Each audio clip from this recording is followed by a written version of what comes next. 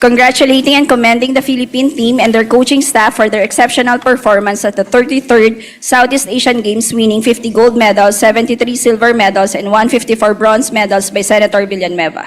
To the Committee on Rules. 256, resolution expressing the sense of the Senate in condemning recent public statements issued by the Embassy of the People's Republic of China concerning Philippine officials and institutions and affirming the right of the Republic of the Philippines to assert its sovereign rights in accordance with international law, introduced by Senators Pangilinan, Soto III, Lacson, Zubiri, Tulfo E., Hontiveros, Tulfo R., Gatchalian, Legarda, Ejercito, Aquino, Estrada, Lapid, Villar C., and Villar M. Referred to the Committee on Rules. Majority Leader.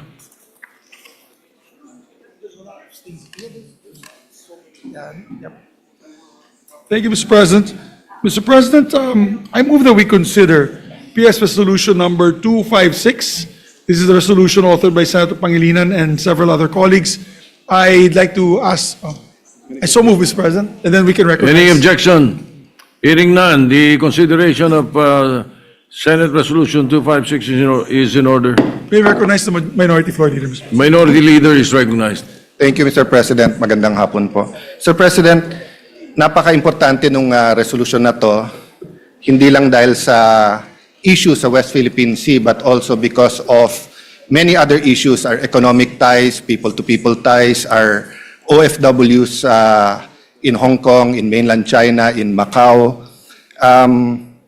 That's why the minority, through myself, wrote a letter to the Majority Leader and yourself for your consideration po, na rather than adopting the resolution, we call a committee hearing.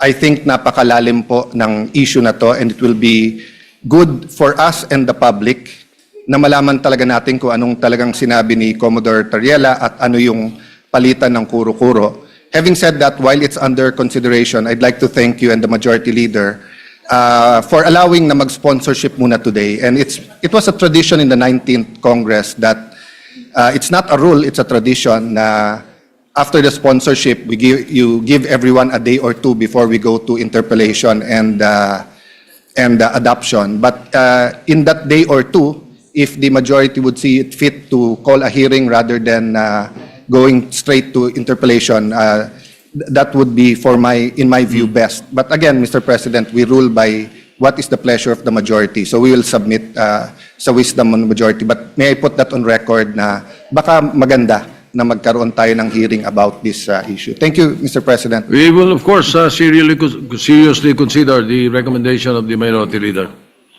Thank you very much, Mr. President. Mr. Well, President, just for the record, we have indeed made it a practice that when a bill is sponsored, we give it time for interpellations, a day or two thereafter. In the case of resolutions, usually we pass it the same day or after sponsorship. But in case of controversial resolutions or bills, we do give it some time. Yes. So I think the request is reasonable, quite in order. Thank Yeah, you, so Mr. President. Majority Leader. Therefore, I move for the previous motion and ask the Secretary to read the title of the measure.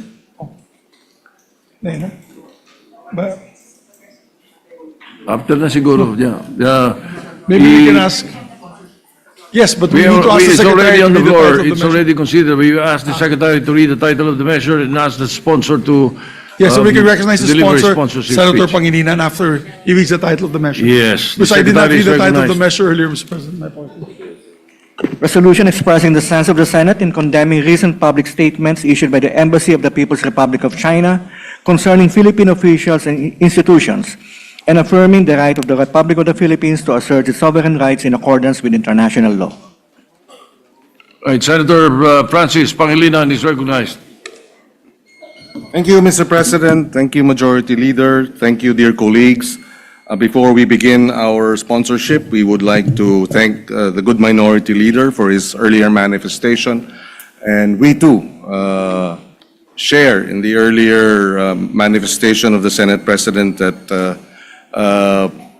given the controversies behind this resolution, we have no objection as to allowing our colleagues time to interpolate or perhaps even bring the matter to a Senate hearing after we have sponsored it and before adopting it, Mr. President. Mr. President, dear colleagues,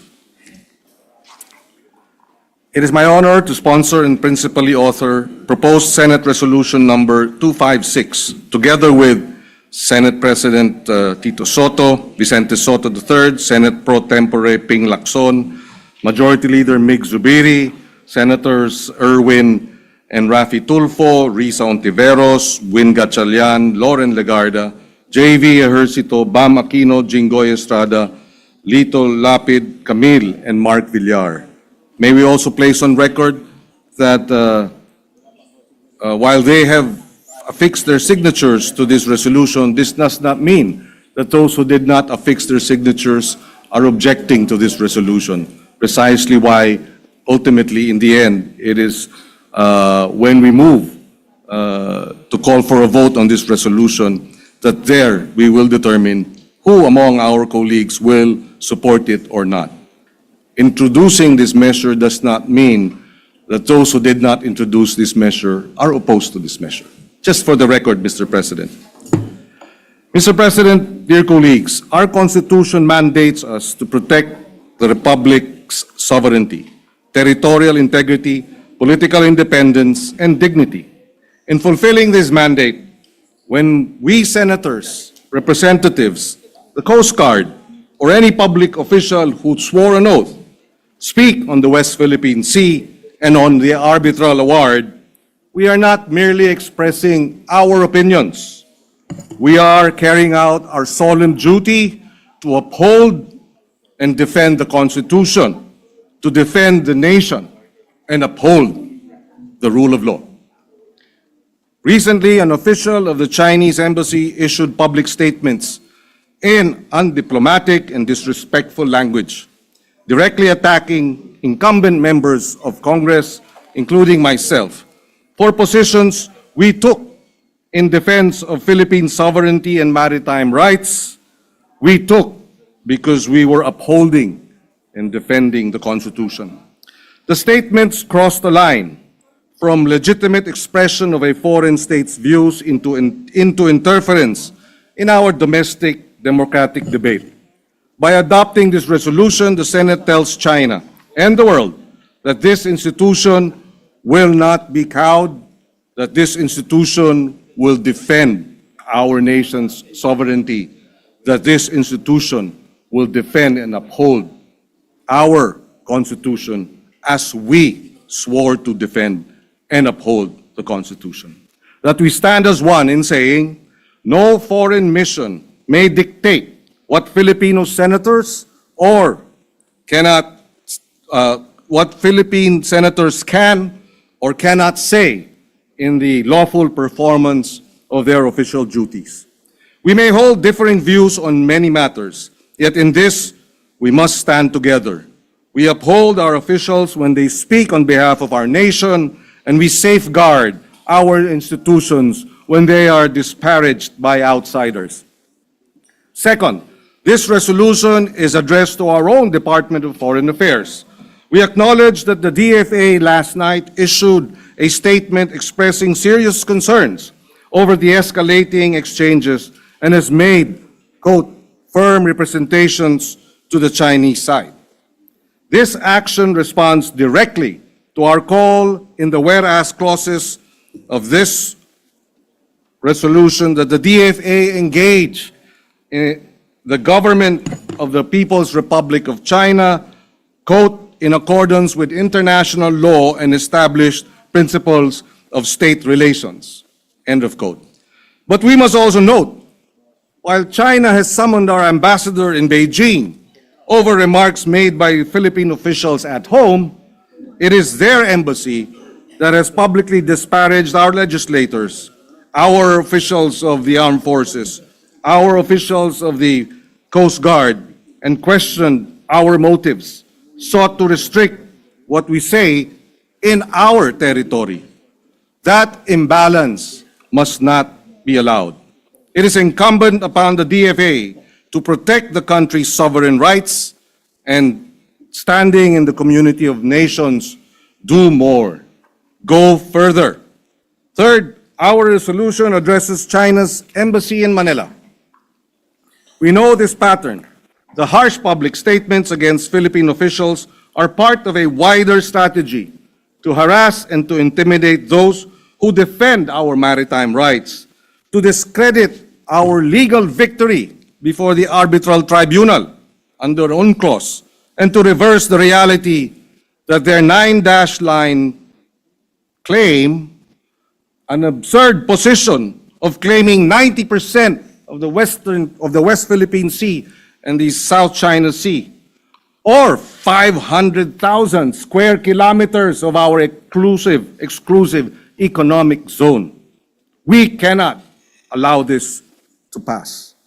At sea, this strategy manifests as dangerous maneuvers, water cannon attacks, ramming and blockades against our vessels, and attacking our fishermen, harassing them in the West Philippine Sea.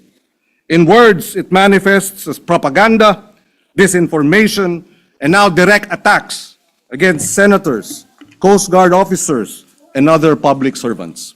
We know their goal: to make the Philippines doubt itself, to make the international community doubt the rulings, to employ the divide and rule strategy by dividing our people and making our people fearful, and to pressure us into accepting so-called arrangements that quietly erode what we lawfully possess. So we say this with firmness, but without hatred. This is not the job of a diplomatic mission. The role of a diplomatic mission is, above all, to practice diplomacy, to assist nations in overcoming disputes, to clarify and to bridge differences.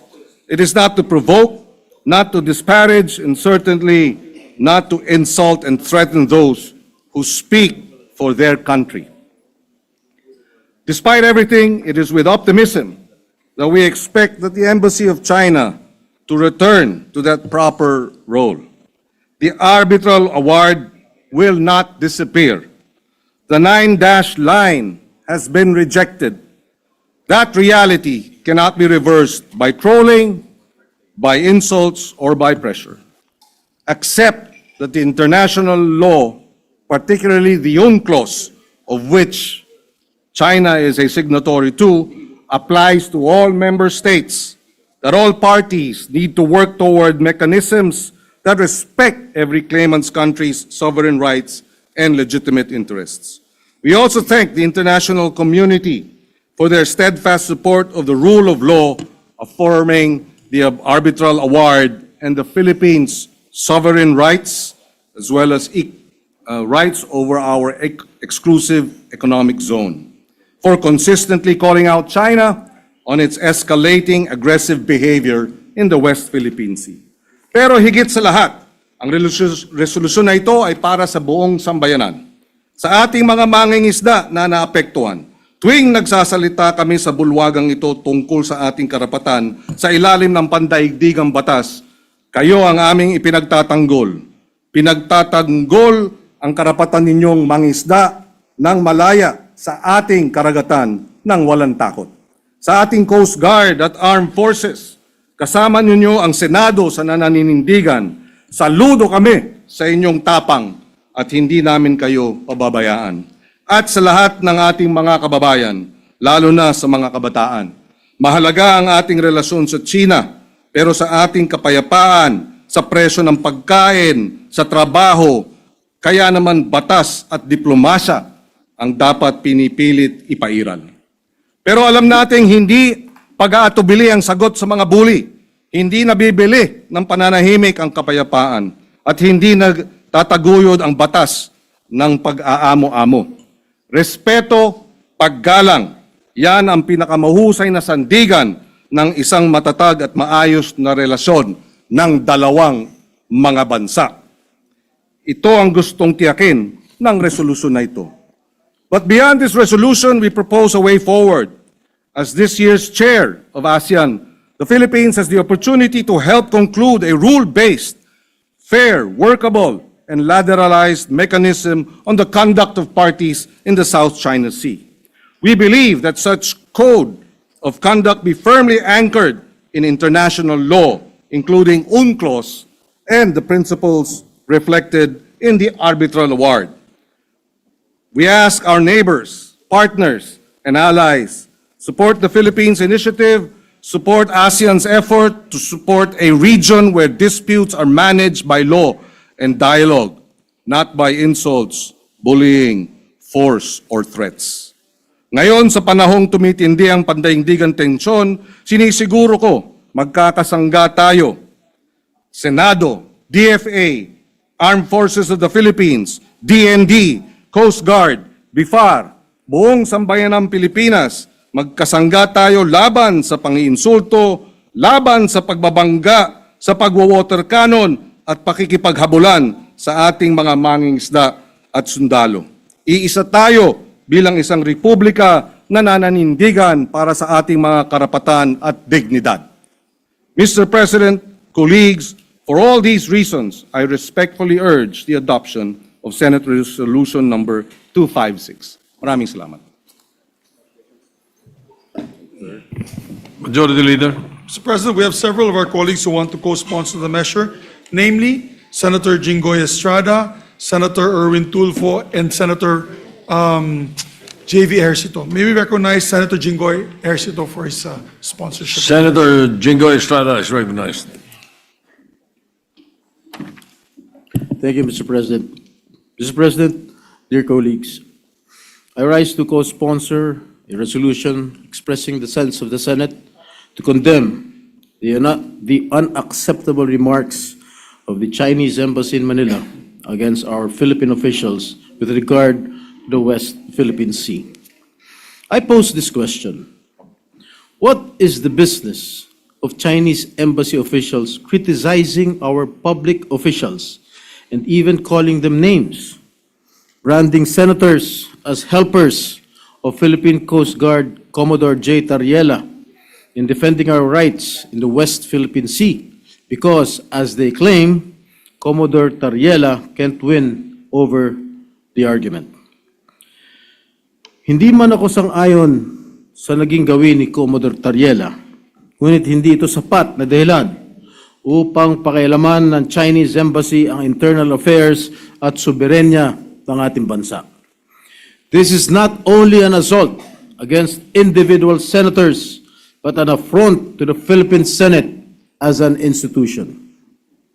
This representation joins the chorus in strongly condemning the pronouncements of the Chinese Embassy in Manila against our public officials. We should not just let this slide. There is no argument to begin with. The 2016 Arbitral Award is final and binding. Atin ang West Philippine Sea. This is all part of their tactics. They are looking to scare, coerce, and intimidate their neighbors to pursue their wild imaginary claims over our territories. Even after an arbitral ruling delivered a unanimous and enduring decision in 2016, firmly asserting that the Philippines has a full exclusive economic zone in the West Philippine Sea, invalidating China's claim to almost 80% of the Philippines' EEZ. Both China and the Philippines, pursuant to their treaty obligations under the UNCLOS, are legally bound to comply with this decision. As your former chairperson of the Senate Committee on National Defense and Security, Peace, Unification, and Reconciliation, my position on the West Philippine Sea has always been consistent with the position of the Philippine government under President Ferdinand Marcos Jr. The UNCLOS and the Arbitral Award continue to be the foundation of our actions and policies on the West Philippine Sea. But China had no respect for the 2016 arbitral ruling and for the international law, just as they had no respect to our fishermen, even water cannoning them, to the Philippine Coast Guard and the Philippine Navy patrols, and recently to the elected senators of this republic. Namimihasa na kayo. O walang iya. Sino ba pumapanig sa kanila sa pang-angkin sa West Philippine Sea? Ang sagot, halos wala. Hindi ang international na batas, hindi ang pandaigdigang komunidad, at lalong hindi ang mga bansang direktang apektado ng kanilang pang-angkin. Ang tinatawag nilang historical rights ay hindi kinikilala ng modernong batas pandagat, at ang pagdidikta sa pamamagitan ng lakas o puwersa ay hindi nagiging katotohanan kahit idaan pa sa pananakot at mapanganib na maniobra. Kahit gaano pa kadami at kalaki ang kanilang barko at kahit idaan pa sa propaganda na walang basihan. Mr. President, we as a nation will continue to assert our rights under international law. Our kababayans deserve nothing less than a government that firmly stands its ground in asserting our sovereignty and defending our nation's interest. Mr. President, I repeat, atin ang West Philippine Sea. Maraming salamat po. Thank you, Majority Leader. Next to sponsor, Mr. President, is our distinguished colleague, Senator Erwin Tulfo. Senator Erwin Tulfo is recognized to co-sponsor. Thank you, Mr. President. Mr. President, I rise to co-sponsor Senate Resolution Number 256, condemning the recent public statements issued by the Embassy of the People's Republic of China, directed against Philippine officials and institutions. The question now, Mr. President, is bawal na po bang kondinahin natin ang mga pahayag ng China laban sa ating mga opisyal at mga pinagagawa nito sa ating teritoryo? Isa lang po ang tanong, bawal na po ba? Kasi sa huli ko pong basa, ayon po sa ating konstitusyon, ay meron po tayong kalayaan sa pagpapahayag. There is freedom of the speech, Mr. President.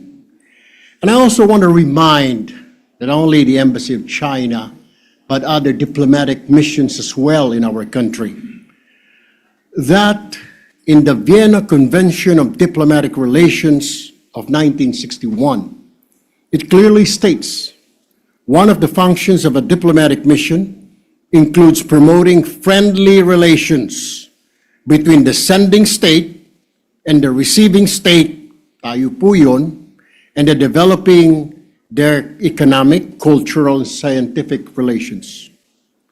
A diplomatic agent shall enjoy immunity from criminal of the receiving state, immunity from criminal cases of the receiving state.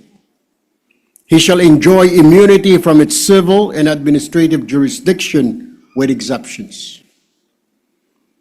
Without prejudice, though, to their privileges and immunity, it is the duty of all persons enjoying such privileges and immunities to respect laws and regulations of the receiving state. They also have a duty not to interfere in the internal affairs of the state. Paalala ko po, and I would like to remind all our diplomatic missions to please review the Vienna Convention on Diplomatic Relations of 1961. Mr. President, malinaw din po sa Section 7, Article 2 of the 1987 Constitution that in our relations with other states, the paramount consideration shall always be national sovereignty, territorial integrity, national interest, and the right to self-determination. For years, the Philippines has acted with restraint and good faith. We have pursued peaceful negotiations. We have exhausted legal remedies and diplomatic processes. We have chosen dialogue over confrontation. law over force, and cooperation over conflict. But despite these efforts, China continues to engage in acts that intimidate and harass our fisher folks, endanger our Coast Guard, and question the authority of our institutions. Let me be clear, Mr. President, our commitment to peace does not mean acquiescence. Our preference for diplomacy does not mean silence in the face of bullying. We will not tolerate statements or actions that demean our officials, undermine our sovereignty, or erode our national dignity. There comes a time when a nation must speak with clarity and firmness. And that time is now, Mr. President. It is time to stand for our country, to defend our people, and to assert peacefully but firmly that the Philippines will not be treated as less than an equal. For this reason, I fully and unequivocally support this resolution. Maraming salamat po, Ginoong Pangulo. Next to co-sponsor the measure, Mr. President, Yes. is Senator J.V. Ejercito. Be recognized. Senator J.B. Ejercito is recognized. Mr. President, my dear colleagues, good afternoon. Tinuturing ko pong pagtaguyod ng aking sinumpang tungkulin sa ating konstitusyon at sa minamahal nating bayan bilang halal na senador ng Republika ng Pilipinas, ang pagtindig at pagsuporta sa proposed Senate Resolution number 256. Mr. President, let me reiterate my position yesterday.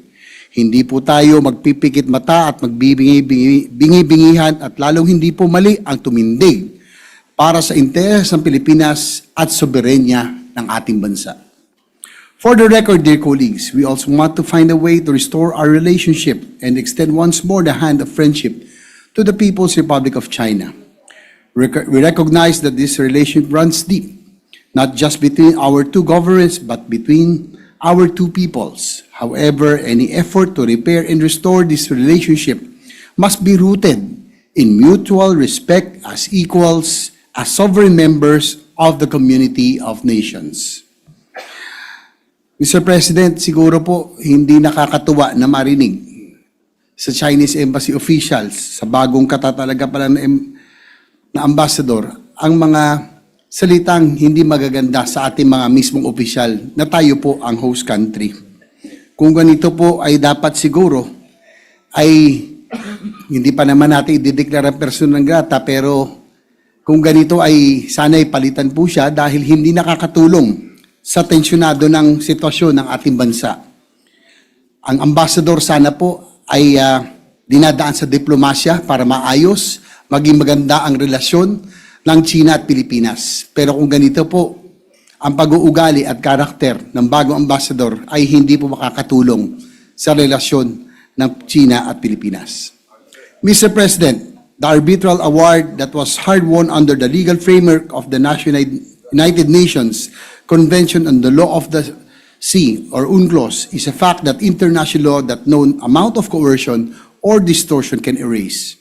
And our friends from the People's Republic must come to understand that asserting our rights as a sovereign nation is not provocation, nor is it a duty that will shirk from even in the face of forceful intimidation.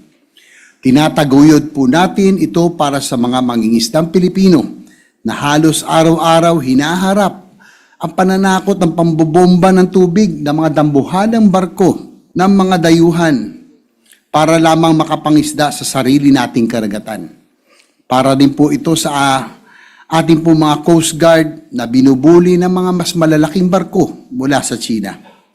Kasama po ninyo ang representasyong ito at ang inyong Senado sa matatag na pagtindig para sa bandila, para sa bayan.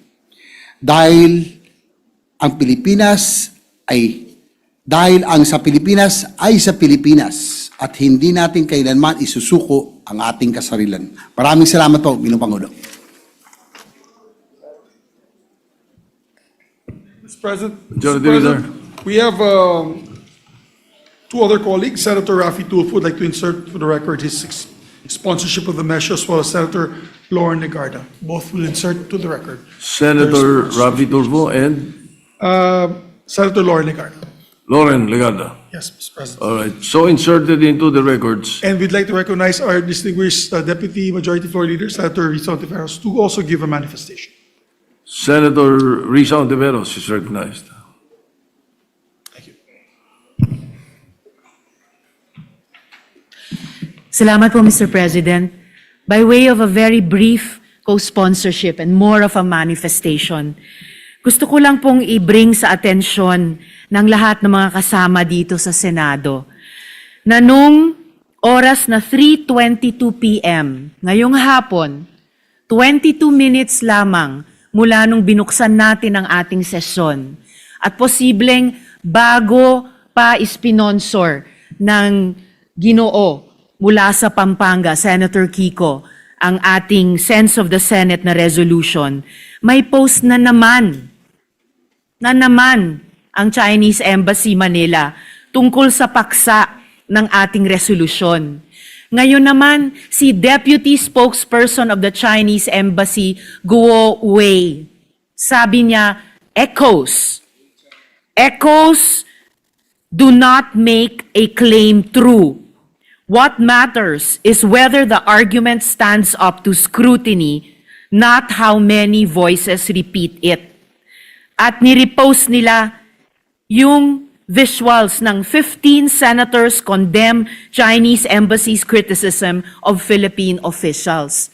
Na ang ibig sabihin ng unang linya ng post ni Deputy Spokesperson of the Chinese Embassy Manila, Guo Wei, gaya-gaya lang tayo sa isa't isa, tayong lahat na pumirma so far sa resolusyon.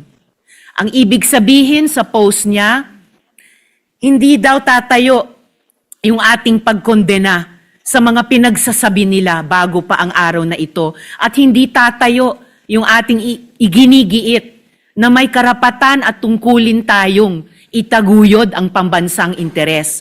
At minamaliit niya na halos 2/3 ng Senado ay pumirma nitong resolusyon. Ibig sabihin po, hanggang 36 minutes ago, half an hour before, salita pa rin ang salita ang Chinese Embassy Manila tungkol sa issue na ginawa natin ng resolusyon sa pamumuno ni Senator Kiko. Ganyan pa rin ang tono nila, bastos, walang paggalang. At gusto pa rin nila sila ang masusunod. Hindi lang sa dagat ng Pilipinas, hindi lang sa social media ng Pilipinas, pati sa Senado ng Pilipinas. Kaya saganang akin lamang po, Mr. President at mga kasama, yung ganyang consistent na pambabastos, walang pagrespeto, napaka-undiplomatic na stance, saganang akin lamang po, ay lalong nagbibigay ng urgency na maaprubahan ang ating resolusyon. Salamat po, Mr. President. Before anything else, allow me to first associate myself with the manifestations of the principal sponsor, Senator Pangilinan, and the other sponsors and our colleagues. Secondly, yes, we will be perhaps studying the resolution, but in the same light, I suggest that we study the possibility of declaring that particular person a persona non grata. And that is very, very serious when the Senate does that. So I suggest that the Committee on Rules study the possibility. Senator Lacson is recognized. Thank you, Mr. President. This is a point of clarification, and I'd like to address this to the distinguished sponsor of the resolution. Did I hear you correctly when you said that you were amenable to holding committee hearings in relation to this resolution? Well, I was open to the suggestion. I did not actually say I was adopting it. Thank you for the clarification. And if I may, Mr. Senate President, I consulted ChatGPT. Only the head of state may declare persona non grata when it involves diplomats. So we can only recommend, if we want to recommend. So persona non grata sa Senate. Yeah, but we cannot declare any diplomat persona non grata, just to clarify, subject to validation by our lawyers in this hall, Mr. President. Thank you. Well, as I said, it is a suggestion, and let us study the possibility. Majority Leader? Thank you, Mr. President. Mr. President, before we suspend consideration of the matter, I just also want to put my opinion on the matter. I fully support the resolution of Senator Kiko and the 14 others who signed this resolution. Gusto lang namin malaman ng Coast Guard at ating Philippine Navy na hindi sila nag-iisa, na marami sa gobyernong tumutulong at sumusuporta sa kanila. At sa tingin ko, buong bansa, kung magpa-survey po tayo, 90%, Mr. President, maybe 90+% of the Filipinos support our Coast Guard in protecting our islands that have been declared internationally, not just by us, but internationally as our territory, Mr. President, our exclusive economic zone. So when I was Senate President, I echo the same voice as my colleagues here today. I just want to add that voice, that very loud voice, condemning all these acts being done to our Coast Guard and our Navy in the West Philippine Sea. And the fishermen, lalong-lalo na po, hirap na hirap ang ating mangingisda dito sa pangyayaring ito. So we support the resolution, we support our colleagues, we support our men and women in the field, in the oceans, defending our national sovereignty, Mr. President. So maraming salamat sa sponsors, Senator Kiko and all those who co-sponsored. But to give our other colleagues a chance to read and study the resolution, let's limit it possibly, Mr. President, with the permission of the body, on discussions on the floor. Let's just do debates and interpellations. No need to bring it up to a committee hearing and then we'll have an extended firefight in the committees, the committee level. I think the debate can actually be done on the floor. Let us discuss the positions on the floor, Mr. President. And then let us debate amongst ourselves what is the best course forward for our people and for our sovereignty, Mr. President. And therefore, to all our colleagues, maybe some time to study the measure, I move that we suspend temporarily the consideration of PS Resolution 256 that we can take up on another day, maybe tomorrow, and start the debate, Mr. President. And let's act on it the soonest para pakita natin po sa taong bayan ng Senado ay nag-iisa, nagkakaisa para sa soberanya ng ating bansa. Yes, Maraming salamat. I think 24 hours is good enough for us to study the measure. Senator Pangilinan is Yes, right just a now. very brief manifestation. Mr. President, if after studying the proposal of the Senate President and that the Senate Majority Leader deems it necessary to file a Senate resolution expressing the sense of the Senate that the President should declare the deputy spokesperson as persona non grata, we will support the measure, Mr. President. Thank you. Thank you, Senator Pangilinan. Majority Leader, yes, the motion is to suspend Yes, consideration. Mr. President. All right, any objection? Hearing none. Consideration is suspended. Thank you, Mr. President. Mr. President, from the topic of sovereignty, now let us discuss the very important topic of education. We have with us here the education experts behind us, including our distinguished former colleague, Senator Sonny Angaros, now Secretary of the Department of Education. With that, I'd like to recognize our colleagues. Which one first? We'd like to recognize the chairperson of the, you're the chair, no? The chairperson of EDCOM in the Senate, no other than Senator Bam Aquino, to avail of the privilege hour, particularly on the issue on education and the EDCOM, Mr. President. Senator Bam Aquino is recognized. Mr. President, mga kababayan at kapwa ko Pilipino, magandang hapon po sa ating lahat. I rise today to submit the Second Congressional Commission on Education's final report entitled Turning Point, A Decade of Necessary Reform. Alongside this report is the 10-year National Education and Workforce Development Plan, or NAT Plan, 2026 to 2035.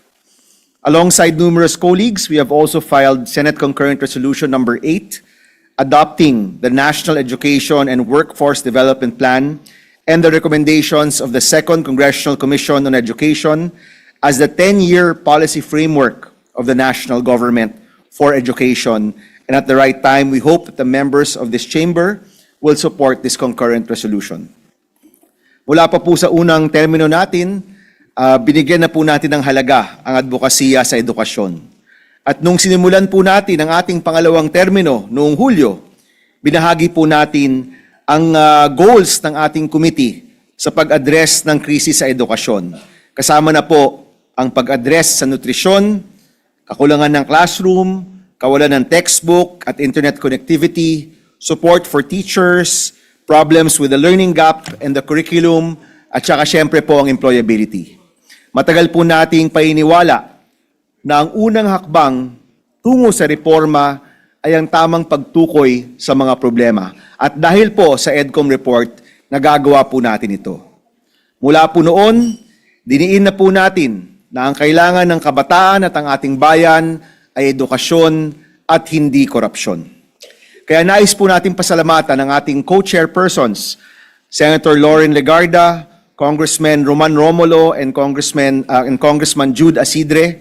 Kasama rin po ang ating EDCOM 2 commissioners, Senator Alan Cayetano, Senator Win Gatchalian, Senator Joel Villanueva, and our congressional counterparts, Congressman Steve Solon, Congressman Zia Alonte, and Congresswoman Ana Veloso Tuazon. Papasalamatan ko rin po ang ating dating commissioners, Senator Pia Cayetano, Senator Chis Escudero, Senator Coco Pimentel, Congressman Mark Go, Congressman Khalid Dimaporo, and Congressman Pablo John Garcia. Siyempre po, nais rin po natin magpasalamat sa EDCOM team led by Executive Director Dr. Carol Mark Yee, alongside the EDCOM Advisory Council and the Standing Committee members. At siyempre, maraming salamat din sa ating former colleague and former EDCOM Commissioner, now Secretary of Education, Sani Angara, who is with us today. Our Commission on Higher Education Chair, Shirley Agrupis, and TESDA Director General, Kiko Benitez. Isa po sa pinaka-nakakabahalang nailantad ng EDCOM report sa mga nakaraang araw ay ang issue ng proficiency. Ito po ang kahusayan ng isang estudyante, hindi lang po sa pagbabasa o literasiya, pero sa husay sa lahat ng asignatura. Ayon po sa EDCOM, kada akyat ng estudyante sa susunod na antas, bumababa ang kanyang kahusayan. Mula po sa grade 3, kung saan 30.5% ang proficient, bumabagsak po ito sa 0.47% pagdating ng grade 12 o sa huling taon ng senior high school. Out of every 1,000 senior high school graduates, only 4 are truly ready. Nung una ko po itong nabasa, sa totoo lang po, parang nanlamig po tayo. Hindi po ako makapaniwala. Pero sa totoo lang po, ang datos ay datos at ito ang datos ng ating report. At doon po, nakikita natin kung gaano kalala at gaano kalalim ang krisis sa ating edukasyon. Mr. President, pag mababa ang proficiency, apektado ang buong lipunan. Kung hindi marunong makaintindi ng matematika at agham, hindi marunong magbasa at magsulat, hindi rin po sila makakapasok at gagraduate ng high school o ng kolehiyo o makapagtatrabaho ng maayos. Kung magtutuloy po at hindi ho natin aagapan ang krisis sa edukasyon, milyong-milyong pangarap ang mawawala at masasayang. Sa ating pong konsultasyon, narinig po natin ang mga kwento ng mga guro. Para sa isa kong estudyante, sabi po ng isang guro, ang kawalan ng kakayahang magbasa ay kawalan ng kanyang boses. Sabi naman po ng isa pang guro na nakausap natin, ang low proficiency nakita niya sa isang bata na kahit sariling kaarawan at edad hindi po makilala. Ang alam lang ang tunog ng mga letrang buo-buo ng kanyang pangalan, yun lang po ang tanging niyang naiintindihan. Ayon po sa EDCOM at sa ating konsultasyon, ang low proficiency rates ay tumutukoy sa malalim na issue sa sistema ng ating edukasyon. These low proficiency rates are indicative of the overall magnitude of our crisis in education. Oo, nagkapandemya, pero aminin na po natin na itong kalagayan ng ating edukasyon ay dahil rin po sa pagpapabaya. Hindi lang po ng isa o dalawang tao, kundi nating lahat sa pagpapabaya at maling prioridad na nagdulot po nito. We must face this head on. Oras na po para baguhin ang sistema na hindi gumagana at simulan ang mga solusyon sa mga isyong sumasalot sa ating edukasyon. Huwag po nating sayangin ang oportunidad na ito. Siguraduhin natin na mahusay at mabisa ang implementasyon ng pinakamalaking education budget sa ating kasaysayan at ng mga reformang pinagalaban po natin para tuloy-tuloy ang reforma at pondo, hindi lang po para next year, but for the next 10 years. Mahalaga po, natutukan natin ang implementation ng 10-year NAT plan na nagsisilbing gabay and whole of nation, whole of government approach para solusyonan ang krisis sa edukasyon. Yung NAT plan po isang roadmap at nasa atin po para tahakin ito. Nasa ehekutibo, nasa legislatura, nasa mamamayan, guro, estudyante at mga magulang. Nasa atin po para sundan ang roadmap, bigyan ng tamang pondo at importansya at siguraduhin ang implementation po nito. Sa tulong ng NAT plan bilang gabay, tutugunan po natin ang mga pangailangan ng mag-aaral sa bawat antas ng kanilang pag-aaral. Sa early childhood or kinder to grade 3, sapat na nutrisyon para tugunan ang malnutrition at stunting. Sa elementary, junior high school, maayos na learning environment, address the classroom gap, provide free internet, textbooks at syempre tugunan ang low proficiency rates. Sa senior high school students, TechVoc students sa ilalim ng TVET, at mga gagraduate ng college, suporta sa school-to-employment program. Sa higher education, tamang implementasyon ng libreng kolehiyo para magkaroon ng siguradong trabaho. Ilan lang po yan sa mga priority na makikita sa NAT plan at napakahaba po sa totoo lang ng listahan. Pero naniniwala po ako na may pag-asa pa rin. Kahit ganito po ang nakikita nating datos, meron naman pong pag-asang nakikita din. Unang-una, nakamit po natin ang pinakamalaking budget para sa edukasyon sa kasaysayan ng ating bansa. Of course, headed by our Chairman of Finance, Senator Gatchalian. 1.34 trillion pesos para sa edukasyon, para sa classrooms, nutrition, textbook, libreng kolehiyo, at subsidiya at allowance ng mga estudyante. Malaking panalo po ito para sa estudyanteng Pilipino. Ang mahalaga po ngayon, ang pondo na ito ma-implement ng maayos, sa tamang presyo at sa tamang panahon. Pangalawa, tuloy-tuloy po yung pagpasa natin ng mga reformang kinakailangan. Just yesterday, we passed on third reading the Classroom Building Acceleration Program. Isa pong ehemplo ng pagsasama-sama para sa kabataang Pilipino at estudyanteng Pilipino. Kanina po, nag-uusap kami ni Secretary Angara at sabi nga po, magandang goal ang masimulan ang 25,000 classrooms ngayong 2026. Sa totoo lang po, malaking talon po ito mula po sa 2025 goals. According to DepEd, 99 lang po ang nabuong classroom ng DPWH in 2025. From 99 to 25,000 is a big leap.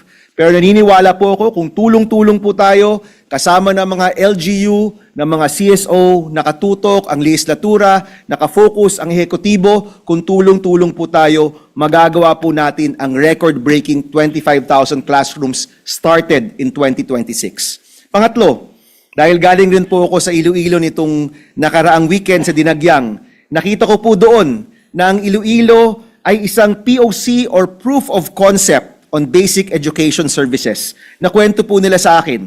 Nung nagsimula po sila, 3 out of 10 grade 3 learners could read. Only 3 out of 10. Kumbaga po, 30% lang yung kayang magbasa. Pero sa partnership po ng DepEd, ng EDCOM, ng Iloilo LGU at ng Sirhia Foundation, nataas po nila ang literacy rates mula 30% to 90%. Isa pong proof of concept na kaya po nating matawid ang napakababang numero pagdating sa proficiency. Nagawa po nila ito sa tamang paggamit ng pondo, kasama po ang empowerment and accountability ng mga LGU at mga komunidad. Nung hinarap na daw po ang datos sa mga mayor at mga barangay captain, nung nakita nila ilang estudyante ang hindi marunong magbasa, ilang estudyante yung laging behind, yung mga mayor, governor, barangay captain, kasama ng mga magulang, ng guro at mga estudyante, nagtulungan para itong 30% learning rate po nila naging 90% literacy rate. Nakikita po natin na mga ehemplo gaya po nito na meron pong mga pag-asa, meron pong magandang kwento, meron pong totoong solusyon ay pwede pong maikalat sa buong Pilipinas, hindi lamang sa isang lugar o isang probinsya lamang. Ito pong mga nakikita po natin, yung tamang pagpondo, patuloy na pagpasa ng mga reforma, and proof of concepts in different provinces and regions in our country, ito po yung nagbibigay sa atin ng pag-asa na kahit hindi ho maganda itong nasa report, nakikita ho natin na may pag-asa po tayo pagdating sa pag-address ng krisis sa edukasyon sa ating bansa. Lahat po tayo, mula presidente, mga mambabatas, mga LGU officials, hanggang barangay captain, kailangan po talaga magsama-sama at magtrabaho para bumuo ng panibagong solusyon sa mga matagal ng problema sa sistema ng ating edukasyon. Meron na po tayong historic funding. Ngayon naman po ang kailangan natin, historic solutions to our historic problems. At inaasahan ko po, sa bagong yugto, dito po sa 10-year plan na hinahain po namin dito po sa Kamara, uhugutin po natin ang tapang para magawa ang kailangan para sa kabataang Pilipino. Maraming salamat, Mr. President, and we thank our colleagues for their continued support for all of the reforms when it comes to education in the Philippines. Maraming salamat po. Thank you, Senator Bamakino, for that EDCOM report. Majority lead, yes, Senator Erwin Tulfo is recognized.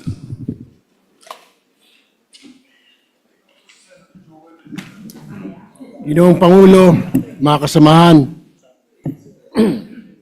bilang katuwang sa paghubog po ng kinabukasan ng ating bansa, ako po ay kaisa sa misyon ng EDCOM 2. Ito ay hindi lamang isang komisyon. Nagsilbi rin silang ilaw sa madilim na krisis ng ating sistema ng edukasyon. Sa loob lamang po ng 3 taon na patunayan ng EDCOM 2 na ang pagbabago ay hindi lamang isang pangarap, kundi isang planong may konkretong hakbang. Kaugnay nito, nagtitiwala kami sa maigting nagpagbabantay para maisakatuparan ang 10-year National Roadmap na nakapaloob sa Turning Point EDCOM 2 report. Ito ang magsisilbing gabay sa pagpapabuti ng antas ng edukasyon sa bansa. Tayo ay patuloy na umaasa sa mahusay na pamumuno ni Dr. Carol Marquis ng ating DepEd Secretary Sani Angara at sa suporta ng ating mga chairperson, Senator Bamakino, Senadora Loren Legarda at sa mga commissioners, Senator Win Gatchalian, Senator Joel Villanueva, gayon din sa patuloy na pagkakaisa ng lahat ng institusyon, mga guro, mga magulang, upang makapaghatid po ng kalidad na edukasyon sa ating mga mag-aaral. Maraming salamat po, Ginoong Pangulo. Senator Joel Villanueva is recognized. Thank you, Mr. President. Mr. President, dear colleagues, nais po muna nating magbigay pugay sa ating dating kasamahan at kasama dito sa EDCOM 2, Mr. President, na ngayon ay kalihim ng kagawaran ng edukasyon, Secretary Sani Angara, sa ating ED, Executive Director Carl Mark. Mr. President, ang unang Congressional Commission po on Education was convened 34 years ago in 1991, and this is in response to the deteriorating quality of Philippine education and chronic underinvestment in the sector. That first EDCOM led to the landmark reform of trifocalization, separating the governance of education among the Department of Education, the Commission on Higher Education, and Technical Education and Skills Development Authority.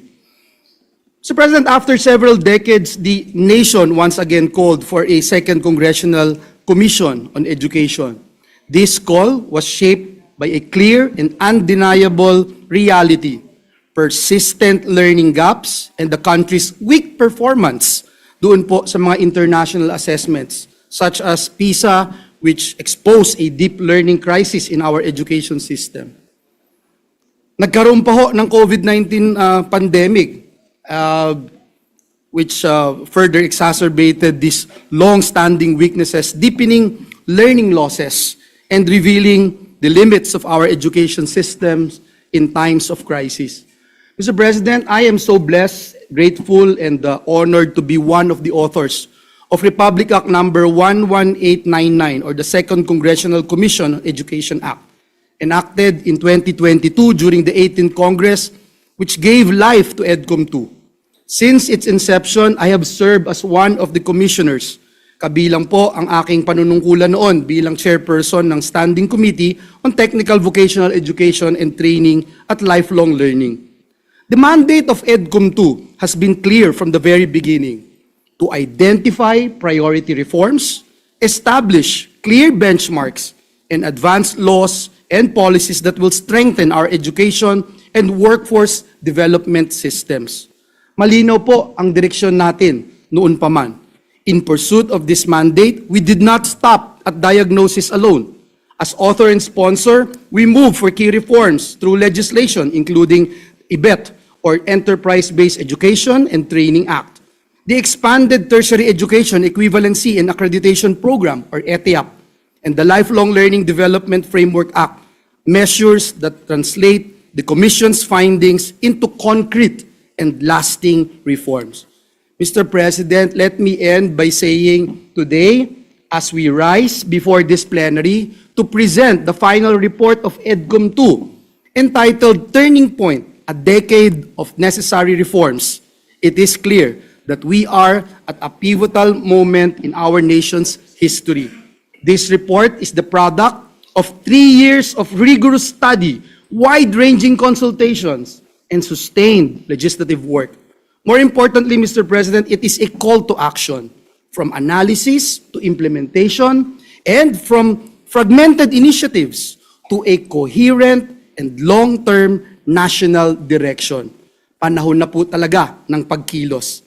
The path ahead will not be easy. Education reform demands patience, sustained support, and commitment that goes beyond political terms and administrations.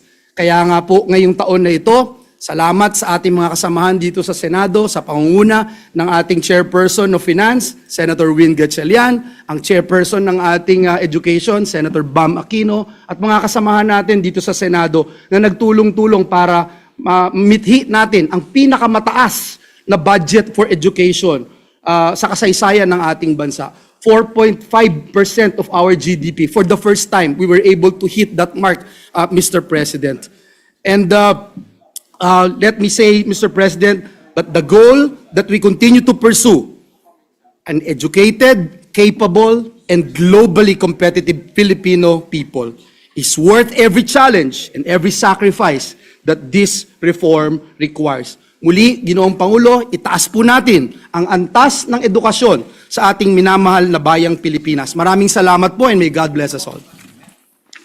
Thank you. Majority Leader. Thank you very much, Mr. President. Mr. President, we'd like to also recognize our distinguished colleague, Senator Sherwin Gatchalian. Senator Sherwin Gatchalian is recognized. Maraming salamat, Mr. President. Before I begin, allow me to greet the Secretary of the Department of Education, Secretary Sani Angara, who was one of the original members or original commissioners of EDCOM. In fact, he filed the first resolution to create the Second Congressional Commission on Education. And let me also greet our Executive Director, Edie Caroli. Mr. President, distinguished colleagues, it is an honor for me to stand alongside you today and beside our friends and fellow education advocates at the launch of the final report of the Second Congressional Commission on Education. The Second Congressional Commission on Education was established in 2022 with the mandate to conduct a comprehensive assessment of the country's education sector and recommend transformative, concrete, and targeted reforms to help the country become globally competitive in education and in the labor market. In the course of its mandate, the Commission conducted a system-wide review of our nation's entire education system. What it uncovered was a system in crisis. Gaps were everywhere in nutrition, the procurement of textbooks, and the quality of education itself. These compromised the learning of our youth and held them back from achieving their fullest potential. And the implication is clear.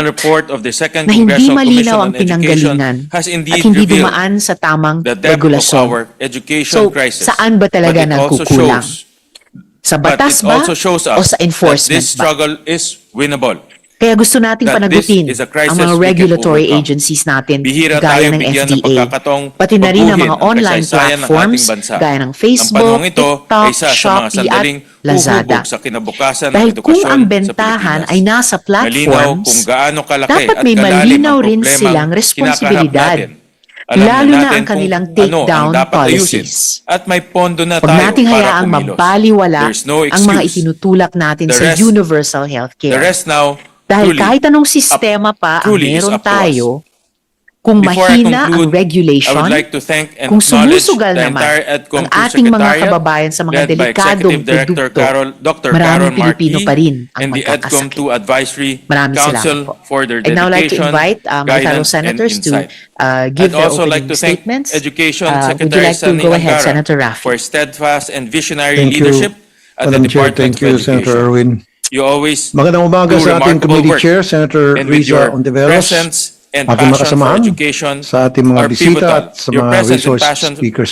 for education Before are anything pivotal else, I would to like our to success. thank the committee and its chair, I also Senator acknowledge Riza my Ontiveros, for co-commissioners, seeing the Senator Joel urgency Villanueva, behind Senator this Alan matter. Peter Cayetano, Sa pagdinig na ito, Senator malinaw Steve po Solon, kung sino ang main Representative- character Sorry, ang Food and Representative Drug Steve Solon, Administration o Representative FDA. Zia Alonto Adyong, At and ipapakita ko Representative kung Ana Victoria bakit. Veloso Tuason. Una, Last but not dahil certainly sa the least, online I selling salute our platforms, co-chairperson, halos Senator lahat Bam ngayon ay Aquino, one click our away. chairperson for the Senate Committee Pero on kasabay ng Basic convenience, Education, Senator one Lauren click away Ligarda, din kayo sa chairperson of the panganib. Senate Committee on Higher Sa Technical Shopee, and Vocational nakabili Education, kami ng prescription Representative Roman only Romulo, medicines kahit chairperson walang of the reseta. of the House Committee on Basic Education, Nag-test buy ang aking and opisina Representative ng Jude Asidre, Clobestasol chairperson of the House Committee Proportionate on Higher and and Technical Education. Co-Amixoclav. I look forward At to napatunayan continuing naming our work totoo ito. together. Mr. President, Malinaw distinguished po, colleagues, the illegal final ito, report of EDCOM 2 delikado, now stands at direktang as part of nagtutulak the record sa of this self-medication Congress. at The antibiotics responsibility resistance. to carry its insights Yan forward po yung dalawang and make gamot them na real nabanggit ko. in the lives of the Filipino Yan learners ay dapat and families prescription is medicine. in our hands. Thank you, Pero Mr. President. nabibili po Magandang sa hapon po Shopee ng walang prescription. Pangalawa, John sa social Deliver. media Thank you, naman, Mr. President. laga- They recognize Senator Pia Cayetano, Mr. President. Senator Pia Cayetano is recognized. No, si...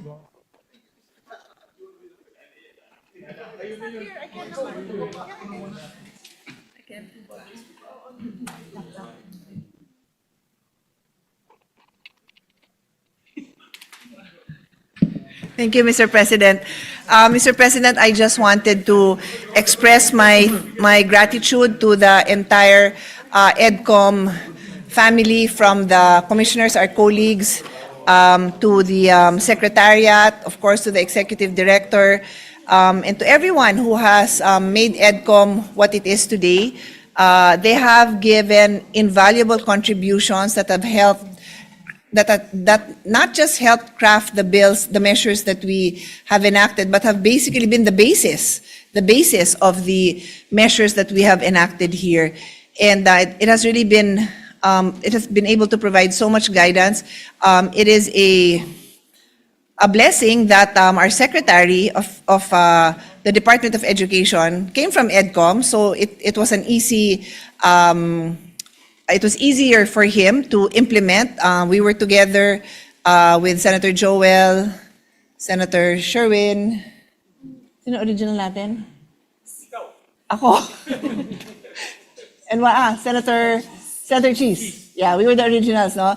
But when Senator Angara left us, he took with him all these insights that we learned from EDCOM. So aside from the fact that we have so much faith in him, that's already a given, but we knew that we had equipped him with all the research that he would need and he continues to make use of. So I just really want to express this sense of gratitude for all the work that has been done. And I will take this home. Napakabigat. I don't know if anyone has, this is serious stuff. And I'm pretty sure that what is inside is as heavy and as meaningful as the weight it is, the weight that you can feel. I don't know, this is, what is this? 3 kilos? Anyway, it's a lot of stuff.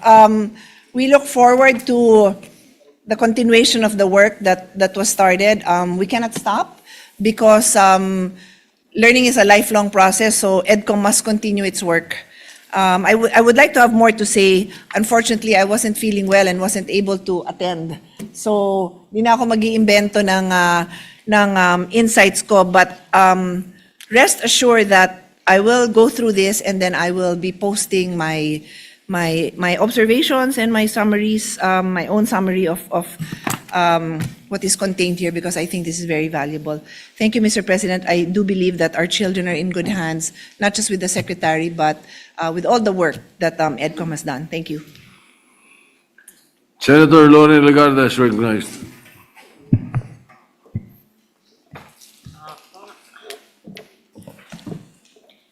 Mr. President, distinguished colleagues, partners in development, fellow Filipinos, 3 years ago, we embarked on a journey to confront the crisis. Today, I stand before you to declare that we have reached a turning point.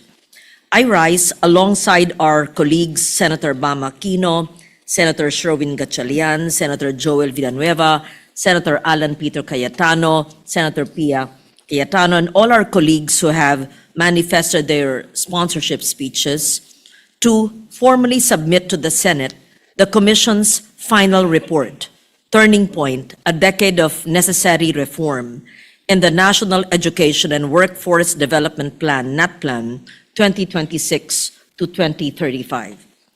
While our diagnosis was unflinching, our conclusion is undeniably hopeful. The crisis in Philippine education, while deep, is neither inevitable nor irreversible. We are not here today simply to catalog what is broken. We are here to present the proof that we have already begun to fix it. We are here to chart a future where the boundless potential of the Filipino learner is finally unleashed. Mr. President, cynicism is easy, but progress, however hard-won, is undeniable. In just 3 years, through the unprecedented collaboration between the executive and legislative branches, we have achieved what many thought was impossible. We have proven that the system can move. We have backed our vision with historic resources. For fiscal year 2026, we have secured a budget through our chair, Senator Sherwin Gatchalian, 1.37 trillion for the education sector, the highest allocation in our history, reaching more than 4% of our GDP, inching closer to the global benchmark. We are no longer just talking about prioritizing education, we are funding it. We have restored equity to our free education. We discovered that our tertiary education subsidy was drifting away from those who needed it most. We acted. Because of our interventions, the share of the poorest beneficiaries, those from 4Ps and listahanan households, has surged from a low of 23% in year 2022 to 61% in 2024. We are putting the public back in public service. We have delivered landmark legislation. We did not just study the problems, we legislated solutions. We have passed 10 landmark laws in record time. As a chair of the Committee on Higher Technical and Vocational Education, and I've learned from many of the previous chairs, we must highlight the specific findings that affect our tertiary and workforce development sectors. For too long, our students have faced dead ends instead of open doors. We found a system rigid in its credentialing, where a skilled worker cannot easily transition to a college degree, and where a college graduate often lacks the job-ready skills demanded by the industry. We found that TESDA's mandate has drifted. Created as an authority to oversee skills development, it has become overwhelmed by its expanded mandate since 1994, as well as with direct training provision, consuming 40% of its budget, while its devolution to local governments remains unfulfilled after 30 years. We found the scholarship system that, until recently, failed to target the poorest, with the bulk of funds supporting low-level qualifications rather than the higher-level skills our economy needs. In higher education, we saw a Commission on Higher Education burdened by an explosion of mandates, 164 new laws giving it additional responsibilities since its creation in 1994, transforming it from a policy-making body into a massive financial service provider. We saw a lack of strategic direction, where state universities and colleges expand programs without a unified national plan, with increasingly duplicated programs with local and private colleges and universities. Against this backdrop, 10 regions do not have a single provider of a program in pharmacy, 13 in dentistry, 2 in early childhood education, and 14 in speech pathology. Meanwhile, in TVET, 14% of our trainees complete bread and pastry making and 15% in driving, as industry leaders lament the lack of well-trained workers in manufacturing, healthcare, and digital technology. These are symptoms of an education system that for too long has not been responsive to the needs of our people. However, Mr. President, this report is not a eulogy for our education system. It is a testament to resilience and the possibility of reform. I am filled with optimism for the future of our workforce. In the 19th Congress, we passed the enterprise-based education training framework, addressing many of the bottlenecks faced by the Dual Training System Act of 1994. This is a game changer. We are opening the doors for industries to be co-authors of our curriculum, ensuring that training leads directly to jobs. We are creating a system where diploma is a passport to employment, not a document of uncertainty. Most recently, the passage of the Lifelong Learning Development Framework Act has addressed this issue. We are building a country where education does not end at graduation. We are creating a system where a skilled worker can return to school, a college dropout can gain certification, where every Filipino can upskill and reskill throughout their lives. We are also breaking down the silos with the creation of the Education and Workforce Development Group, following the joint concurrent resolution advocated by EDCOM, adopted by both houses, DepEd, CHED, and TESDA, are finally sitting at the same table, planning with a single purpose. We're moving towards a seamless system where a student can climb from a national certificate to a master's degree without hitting dead ends. The document we submit today, the National Education and Workforce Development Plan for 2026 to 2035, is our covenant for the next decade. It is a plan anchored on the belief that the Filipino talent is indisputable. Across the world, Filipinos thrive even in the most demanding environments. Imagine what our youth can achieve if their own country finally gives them the support they deserve. This plan is not just a list of targets, it is a promise that we will fix the foundations, ensuring every child is nourished and reading by grade 3. A promise that we will value our teachers, unburdening them from administrative tasks so they can do what they do best, which is teach. A promise that we will align our training with the future, preparing our youth for high-value industries like healthcare, digital technology, and many more. Mr. President, we continue our work not with despair, but with a profound sense of possibility. The window for reform is open. The momentum is on our side. It is up to each of one of us to respond to this call with urgency, fueled by our faith in the potential of our youth as well as the responsibility of our generation to fix a broken education system so that they can fulfill their potential. As stated in the report, and I quote, "We shall fashion the frailty of our circumstances into a ladder that allows us to climb great heights and usher the Filipino youth upwards," unquote. Let this final report be the map. Let the National Education and Workforce Development Plan be our compass. Let our collective political will be the engine that drives this nation forward. The turning point indeed is here. The future can be bright, and the best days of Philippine education are ahead of us, so long as we respond with urgency, discipline, and unity. I therefore proudly submit, together with my esteemed colleagues, the EDCOM 2 final report. Thank you, Mr. President. Thank you. Majority Leader. Thank you, Mr. President. And also, Senator Mark Villar would like to put his manifestation or insert into the records his manifestation on the EDCON 2 report. All right, so inserted into the records. Thank you, Mr. President. And I'd just like to put on record my elation I found in page 441 of the report, of the committee report of EDCOM, that they had highlighted the municipality of ours in Bukidnon, Manolo Fortich, under Joman Alba and Mayor Quino, very progressive leaders. They're highlighting the example on how LGU-led investments in nutrition governance can produce significant improvements in child health, Mr. President. So we're doing Very good. been a feeding program with the children there. Yes. And it's been very successful. Together with Del Monte Foundation, I believe, has been supporting them as well as the LGUs.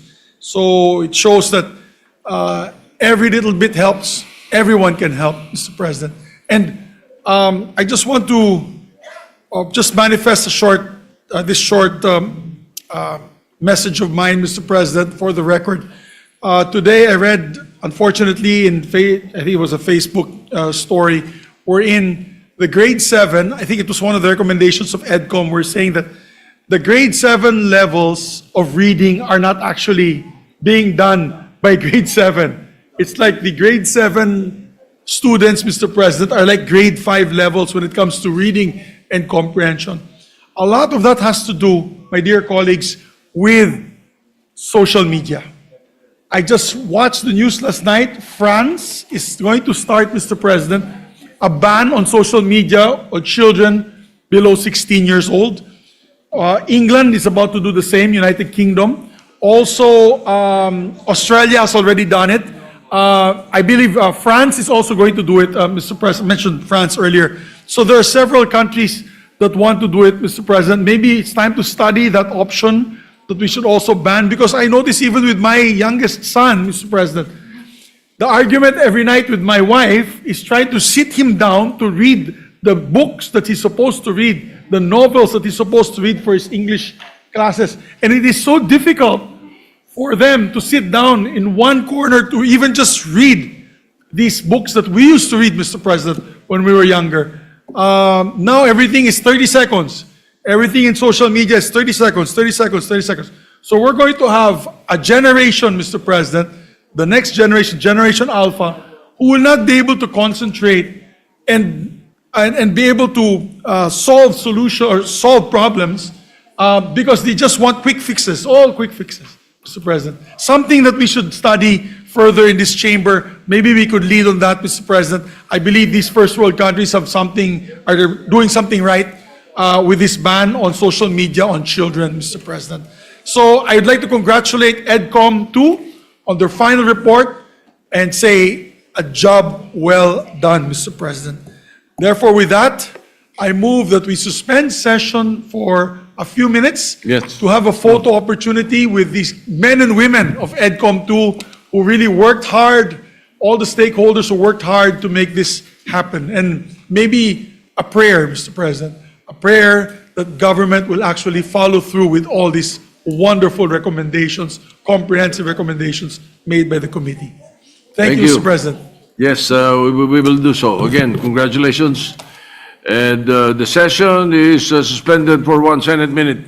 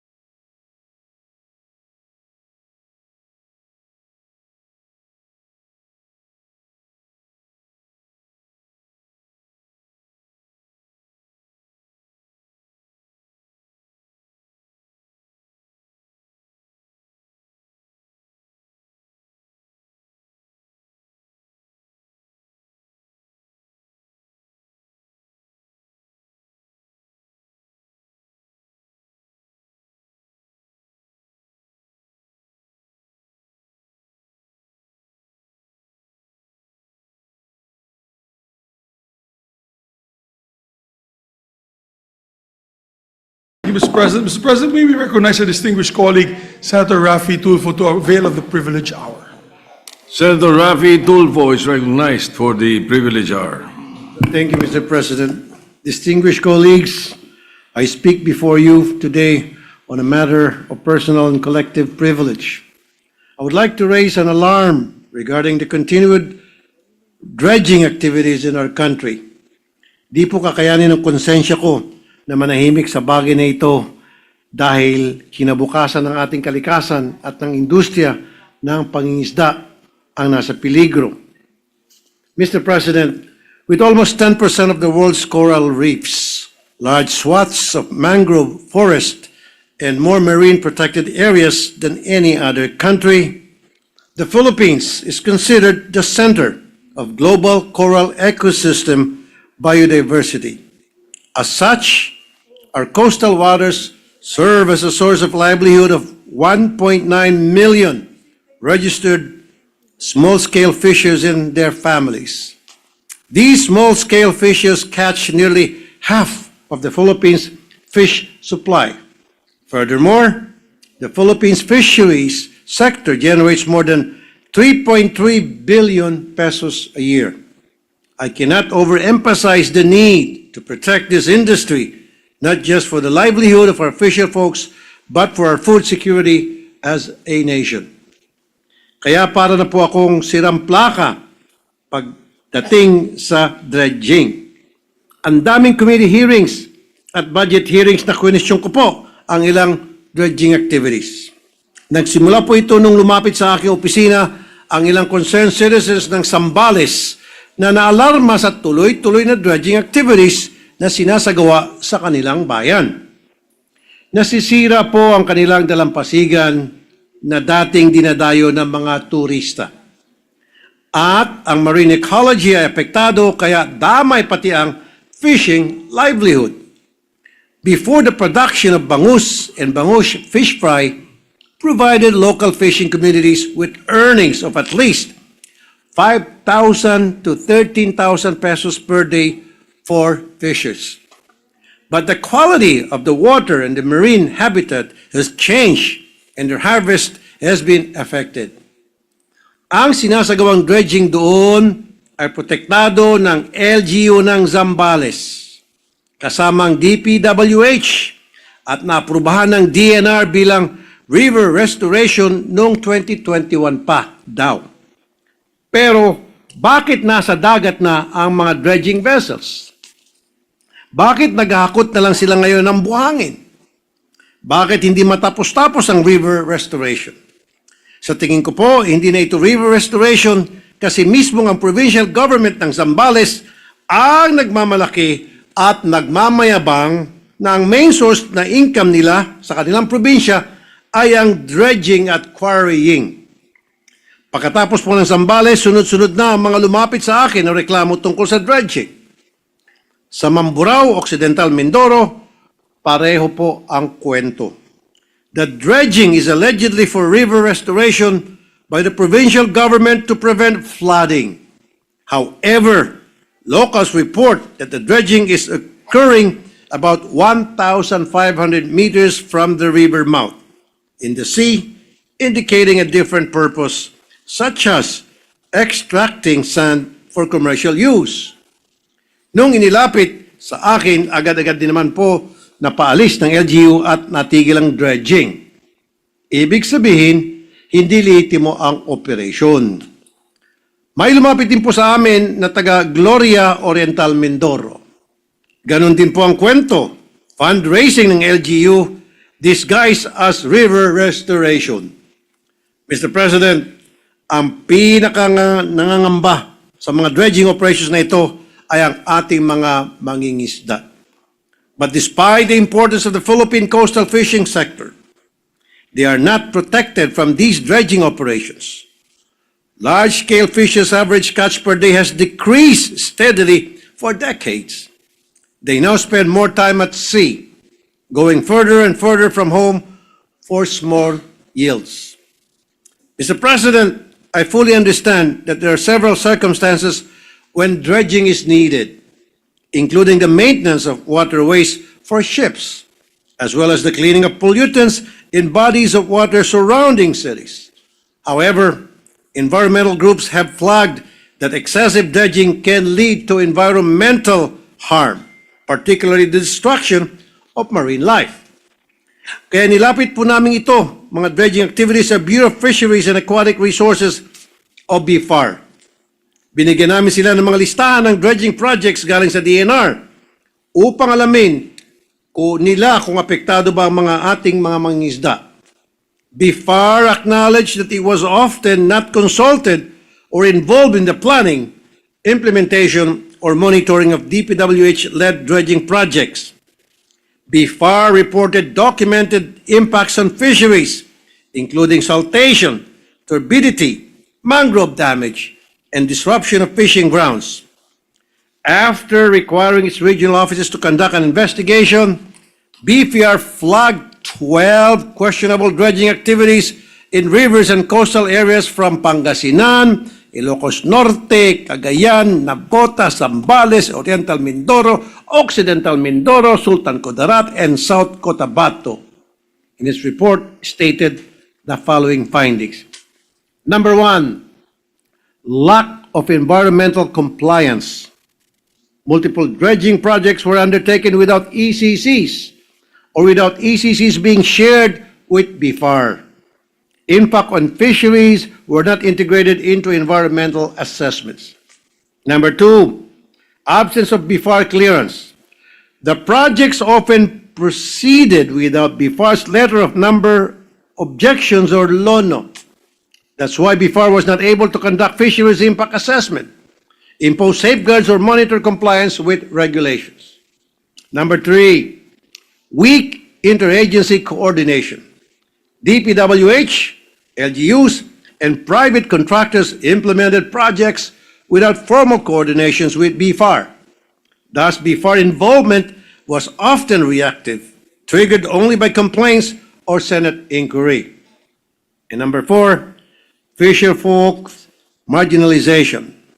Fisher folks are suffering from reduced fish catch, income loss, and increased water turbidity and noise.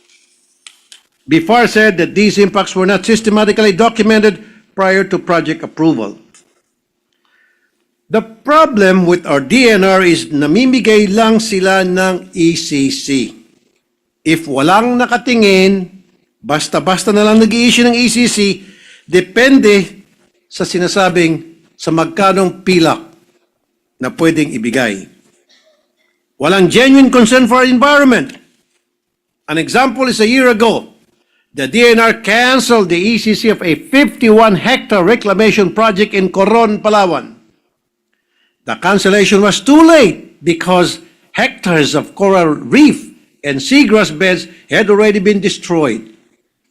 A biophysical assessment showed that 27% of corals died, while the remaining corals were slowly dying due to sedimentation. The irreversible damage has been done, and it would take many years and huge amounts of money to rehabilitate the damaged ecosystems, with no assurance that it would be restored to its original pristine state. The same is happening with the marine ecosystem. It will take decades to recover from the damage.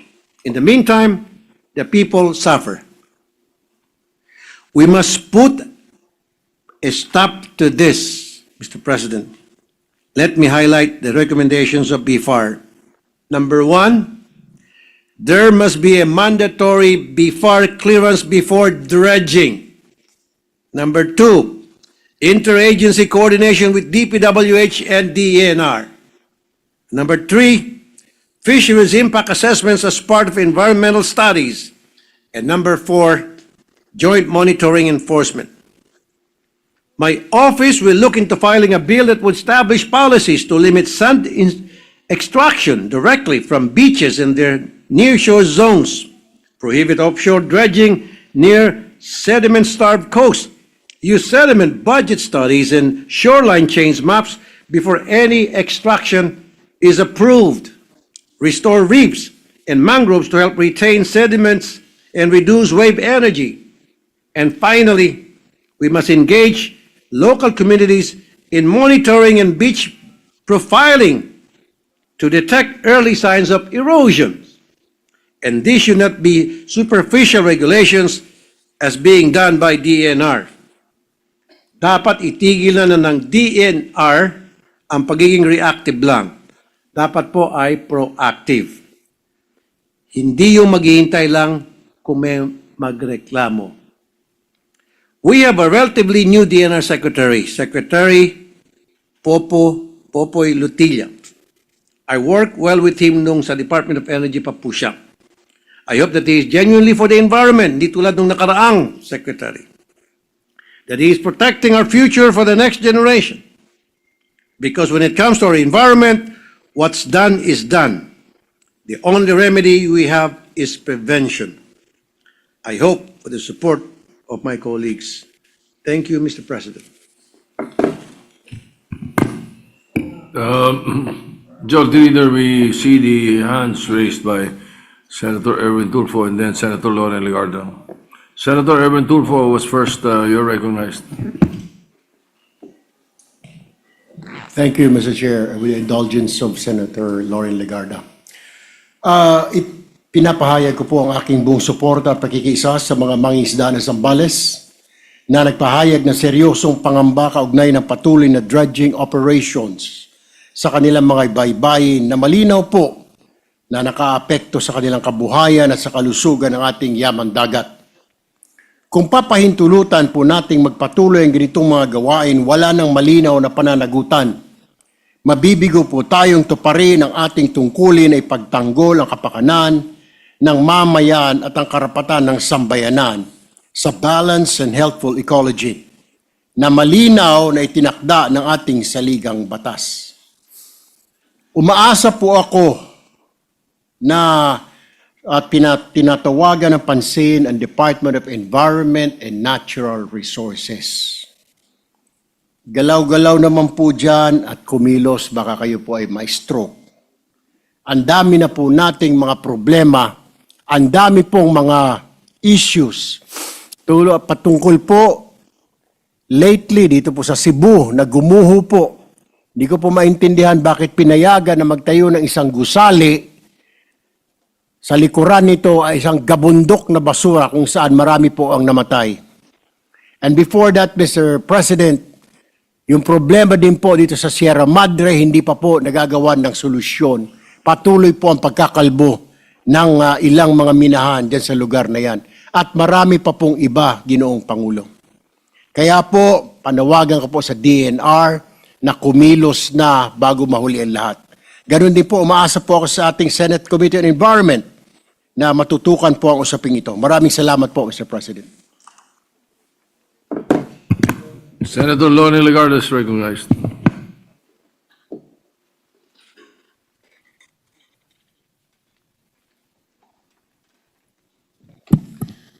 Thank you, Mr. President. With the permission of the sponsor, may I rise to manifest my strong support for the privileged speech of Senator Raffy Tulfo on the continuing problem of illegal black sand mining. And after this manifestation, may I propound some questions. The issue raised involves serious environmental damage, the erosion of coastal protection, the steady destruction of livelihoods of our small fisher folks who depend on healthy nearshore ecosystems. The removal of black sand from coastal and seabed areas destabilizes shorelines, accelerates erosion, degrades fishing grounds that sustain coastal communities. Fishermen experience declining catch and are forced to venture farther out to sea, incurring higher costs and greater risk, while families face income loss and food insecurity. Coastal ecosystems that once served as natural buffers against storm surge and flooding are weakened, exposing nearby communities to greater harm during extreme weather events. Given this impact, the government must be steadfast in ensuring that activities involving black sand extraction are totally prohibited. The environmental and social cost far outweigh any claimed economic benefit, particularly when these activities compromise our food security, disaster resilience, and the long-term sustainability of our marine resources. Accountability must extend beyond private operators. Local government units that allow, tolerate, or fail to prevent these activities within their jurisdiction should be held to account. I therefore support the full investigation, firm legislative and regulatory action to prohibit black sand mining and the imposition of responsibility on all parties involved, including public officials who have allowed these practices to persist. The Senate must act decisively to protect our coastal communities, uphold environmental stewardship, and affirm that our natural resources are held in trust for the Filipino people.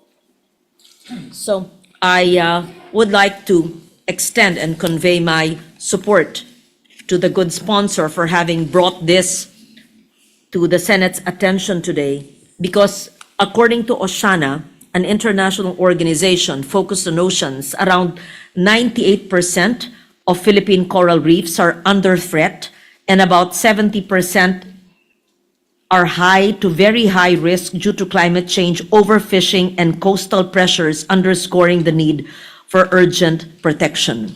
You mentioned about dredging, we talked about black sand mining, even coral reefs, which are the home, the ecosystem of the fish that our fisher folks catch for their daily needs is at risk as well.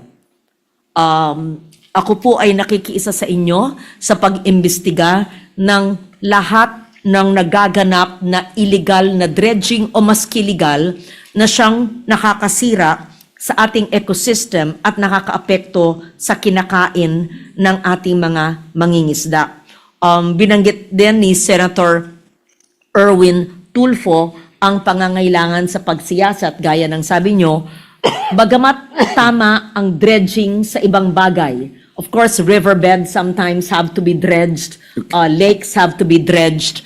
But what Senator Erwin Tulfo mentioned na hindi lang to environmental aspect, o kayo ba ang nagbanggit? I don't know which Tulfo mentioned this, but it must have a BFAR clearance as well, because it may be environmentally legal, but what if it affects our food from the ocean? So kailangan po ay maliwanag na koordinasyon ayon sa siyensya, ayon sa pagkain, ayon sa hinuhuli ng ating mga mangingisda. I recall there's this group in Zambales. I'm not sure if it's the same group that has been asking you, that has been complaining about black sand mining. I brought it up several times to the DNR, but they claim that the group complaining do not belong to that area or do not own the land, and they said that this black sand mining is part of the dredging operation to improve the ecosystem. So it's not clear to me, and whether the people complaining have a valid legal title to the land is beside the point. Ang mahalaga ay nakakasama ba, at binanggit pa sa akin ng grupong kausap natin ay Chinese vessels daw ang kumukuha ng black sand doon at dinadala kung saan. What part of Zambales was this? Not sure, yes. Yeah. It must have been the same group. So, ang pangangalaga sa ating mga coastal ecosystems, iba pa ang pangangalaga sa ating mga bakawan at ating mga mangroves, ang pangangalaga sa ating coral reefs na bahay ng ating mga isda. Ang dami-daming dapat alagaan, bantayan, and I agree with you that the DNR and the local governments must not be reactive. Hindi lang pag nawasak na, pag meron ng pumasok na mga barko, pag sinisira na o kinuha na, doon lang mag-iimbestigasyon. It must be protection and prevention rather than curative and investigation. And so, with that, I just ask the good sponsor, ano ba ho ang mga kailangang polisiya, or maybe not a policy, what must we do with urgency so that all these illegal and harmful extraction from our marine ecosystems will stop, so that our fisher folks who are benefiting, of course, from our the food that they gather from the seas will be protected. Ano po ang inyong rekomendasyon? Thank you, Mr. President. Before I would answer your question, you did mention about a group that came to my office to complain at sinabi po ng provincial government ng Zambales na bakit ka nagreklamo, hindi naman you don't belong here, hindi naman kayo taga rito. Ang pangalan po ng grupo ay Pamalakaya. And itong grupong ito ay very concerned sa ating environment, although some of them do belong to that area and others does not. Pero ang maganda rito, sila po ay isang grupo na mayroong pagmamahal sa ating kalikasan. Now, in answer to your question na ano pong dapat gawin, ang nangyari kasi every time na meron pong mga dredging operations, wala pong coordination ang DNR sa BIFAR. Very important po yun na sana bago magkaroon ng dredging operations kahit sa ang parte ng Pilipinas, it involves dredging sa whether sabihin nila river mouth, and then later on naman, cover up lang nila yon. Ang target talaga nila, black sand like you said, then yung sa dagat na, and then naapektuhan yung mga coral reefs. Dapat merong letter of no objections from the BIFAR. Ang nangyari kasi, more often than not, sila po ay gumagawa ng dredging at wala man lang paalam o coordination with BIFAR. At ang masama pa nito, itong mga nagde-dredge, gumagawa ng dredging, black sand, mga Chinese vessels, tama po kayo, at yung mga buhangin natin dito, yung mga black sands dito, dinadala sa China. So kinukuha na nila yung West Philippine Sea, pati ba naman yung mga buhangin natin, kukunin pa rin nila. Pati yung mga isda natin, papatayin nila. So it is really very important that BIFAR has to be consulted, and BIFAR needs to inspect and assess kung hanggang saan lang ba pwede mag-dredge yung isang nag-apply ng permit for dredging. Pero ang nangyari sa ngayon, Mr. President, BIFAR is not even being consulted o kahit man lang isaalang-alang nila na sana kausapin, because BIFAR is the lone agency that knows better when it comes to the environment, when it comes to our fisher folks, na kapakanan natin mga fisher folks, and of course, yung mga laman dagat kung sa ika nga nila. Thank you, Mr. President. Thank you very much for that statement. May I add, Mr. President, that reported black sand mining sites in the country would be in provinces but not limited to in Leyte, Cagayan, Pangasinan, and Zambales, according to reports. And it also suggests there is a report that the DNR classified the environment impact study for the Zambales dredging project under a department order way back in 2019 as a non-environmentally critical project. So I'm not sure why the DNR keeps on saying it's a non-ECP, yet research from marine organizations say that dredging at the river mouth may have caused the erosion in those areas. So these were old studies, but it's still relevant up to now. And in May this year, I understand that there was an investigation into claims made by the NICA, the National Intelligence Coordinating Agency, that the sand used, I'm not certain, but this is a report, in China's reclamation projects in the West Philippine Sea may have been sourced from our nation's coastal areas. So I also understand that there's a bill pending in the House of Representatives that prohibits black sand mining. I'm not sure if we have a counterpart here. Just so that we all understand, black sand mining extracts valuable minerals like magnetite and zircon from black sand deposits on beaches or riverbeds, often found near volcanic areas, but this is highly controversial due to severe environmental damage, including coastal erosion, flooding, ecosystem destruction, and land subsidence, leading to widespread illegal operations in the Philippines. And communities suffer loss of livelihood and increased vulnerability to natural disasters. And so I would join Your Honor in an investigation not just with the DNR as resource, but perhaps the Pamalakaya and even militant grassroots organization who know the situation in the far-flung rural areas, especially in marine areas, marine protected areas. Yeah, thank you, Mr. President. That's why sa next hearing sa environment, gusto ko pong ipatawag yung mga taga-DNR para we'll conduct an audit as to the numbers of dredging operations nationwide, and if these dredging operations, sila ba ay kumuha ng tinatawag na letter of no objection sa BFAR, kasi nakasad naman sa kanilang administrative order number 2022-02 na sa lahat ng dredging operations dapat, especially kung involved sa dagat, kailangan merong coordination sila sa BFAR, kumukuha sila ng letter of no objection. Now, ang pagkakaalam ko po, karamihan sa mga dredging operations, walang letter of no objections kinukuha ang DNR sa BFAR.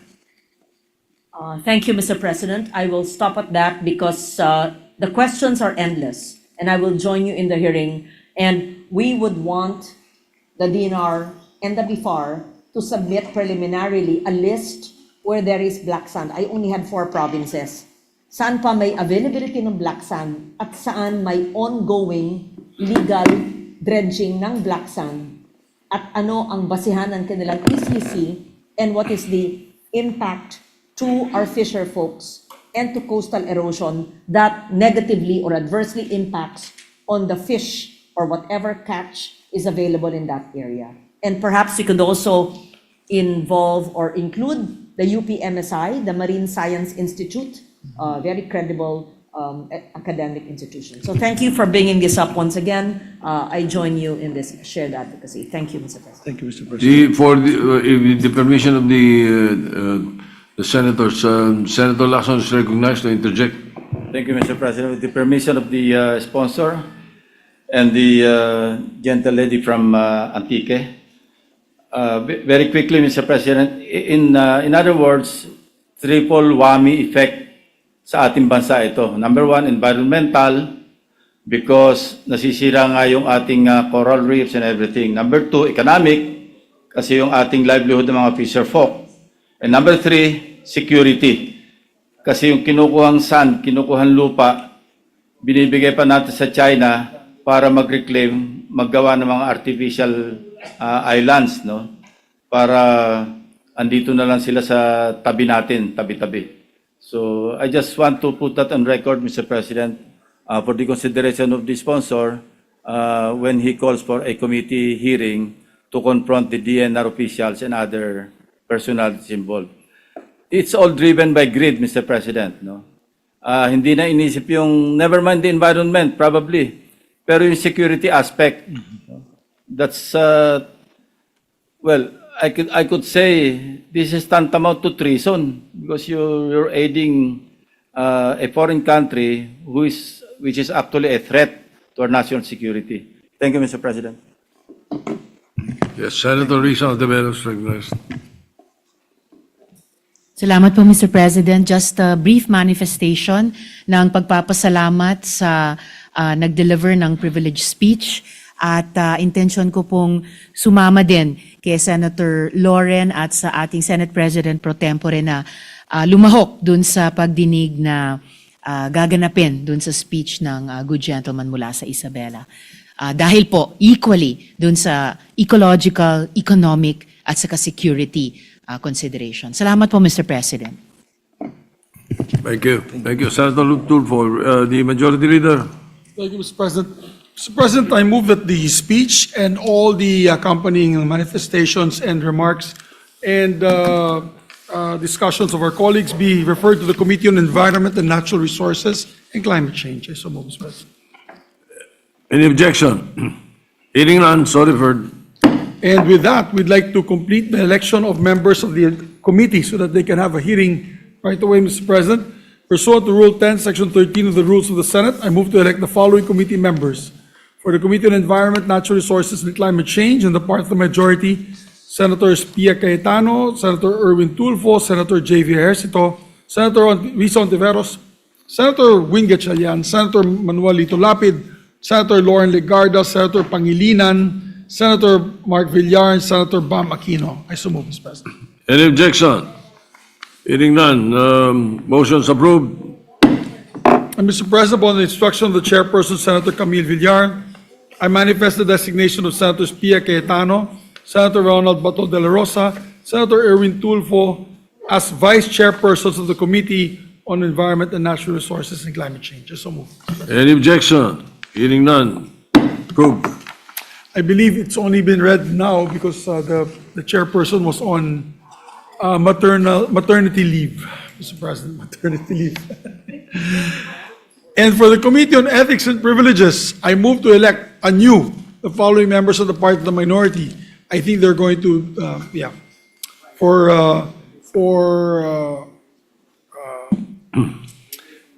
they replaced the members because of the conflict of interest, because I think the two members that were there, I think have cases, Mr. President. So Senator Amy Marcos will replace Senator Batol de la Rosa, and Senator Rodante Marcoleta, Vice Senator Joel Villanueva. I so move, Mr. President. Any objection?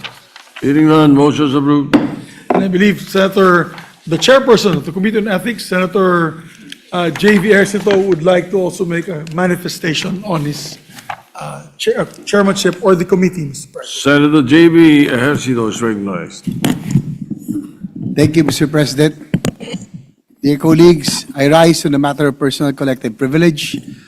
Gross neglect of duty is defined by the Supreme Court as, let me quote, the failure to give proper attention to a required task or to discharge a duty characterized by want of even the slightest care or by conscious indifference to the consequences insofar as other persons may be affected or by flagrant and palpable breach of duty.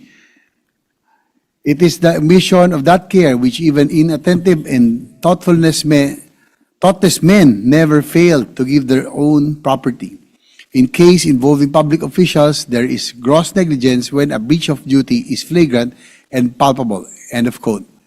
Would there be a gross neglect of duty if we are faithfully following established rules of this institution?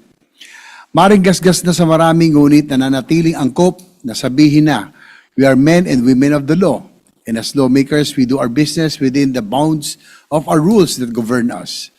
Tayo pong mga senador ay may rules na nagtatakda ng parameters ng mga kapangyarihan na ipinagkatiwala sa atin. Mayroon tayong limitasyon at hindi natin nais na lumabis dito. We have rules and we live by them every single day. Our primary duty, first and foremost, is to craft laws. We are lawmakers and we are expected to be the first to follow the rules, laws, and laws. Noong mga nakarang araw po ay nakarating sa akin ang maparatang na hindi ko raw umano inaksyonan ang mga complaints na na-file sa Senate Committee on Ethics and Privileges kung saan ako ay tinalaga bilang chairperson. I have even received an ethics complaint filed against me in my capacity as the committee chairperson. Sabi ko nga po, everyone is entitled to their own opinion and is free to file a complaint against anyone they feel they are aggrieved by. This is how democracy works. Ngunit para sa hindi pamilyar sa proseso ng ating trabaho sa lehislatura, marahil ay maari talagang mabuong iba't ibang mga haka-haka at akusasyon. You see, the status of the Committee on Ethics is largely due to a chain of events. The change in the leadership from former Senate President Francis G. Escudero to Senate President Vicente Tito Soto III is public knowledge. The internal structure of the Senate was also changed. Some of the officers were replaced and the new ones were elected.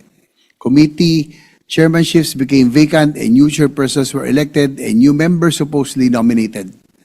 Some committees were constituted and went about their business right away. Others, however, were not constituted yet.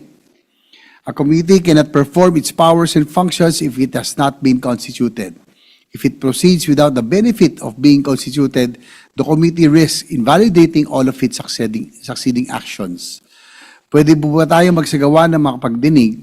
Maaari nating itong gawin, ngunit ito ba yung nararapat gawin? Wasto ba ito at naayon po sa rules of the Senate? Nakatali po ang ating mga kamay, nakatali po ang kamay ng chairman. Nakagapos po tayo sa prinsipyo at patakaran ng ating sinusunod. For as long as it remains unconstituted, the committee is likewise unable to adopt its own rules which shall govern its procedures and all the technicalities that come with it. The rules observed by the Committee on Ethics and Privileges of the last Congress do not automatically carry over to the present Congress. Under long-standing parliamentary practice, each newly constituted Congress begins as a separate, distinct body.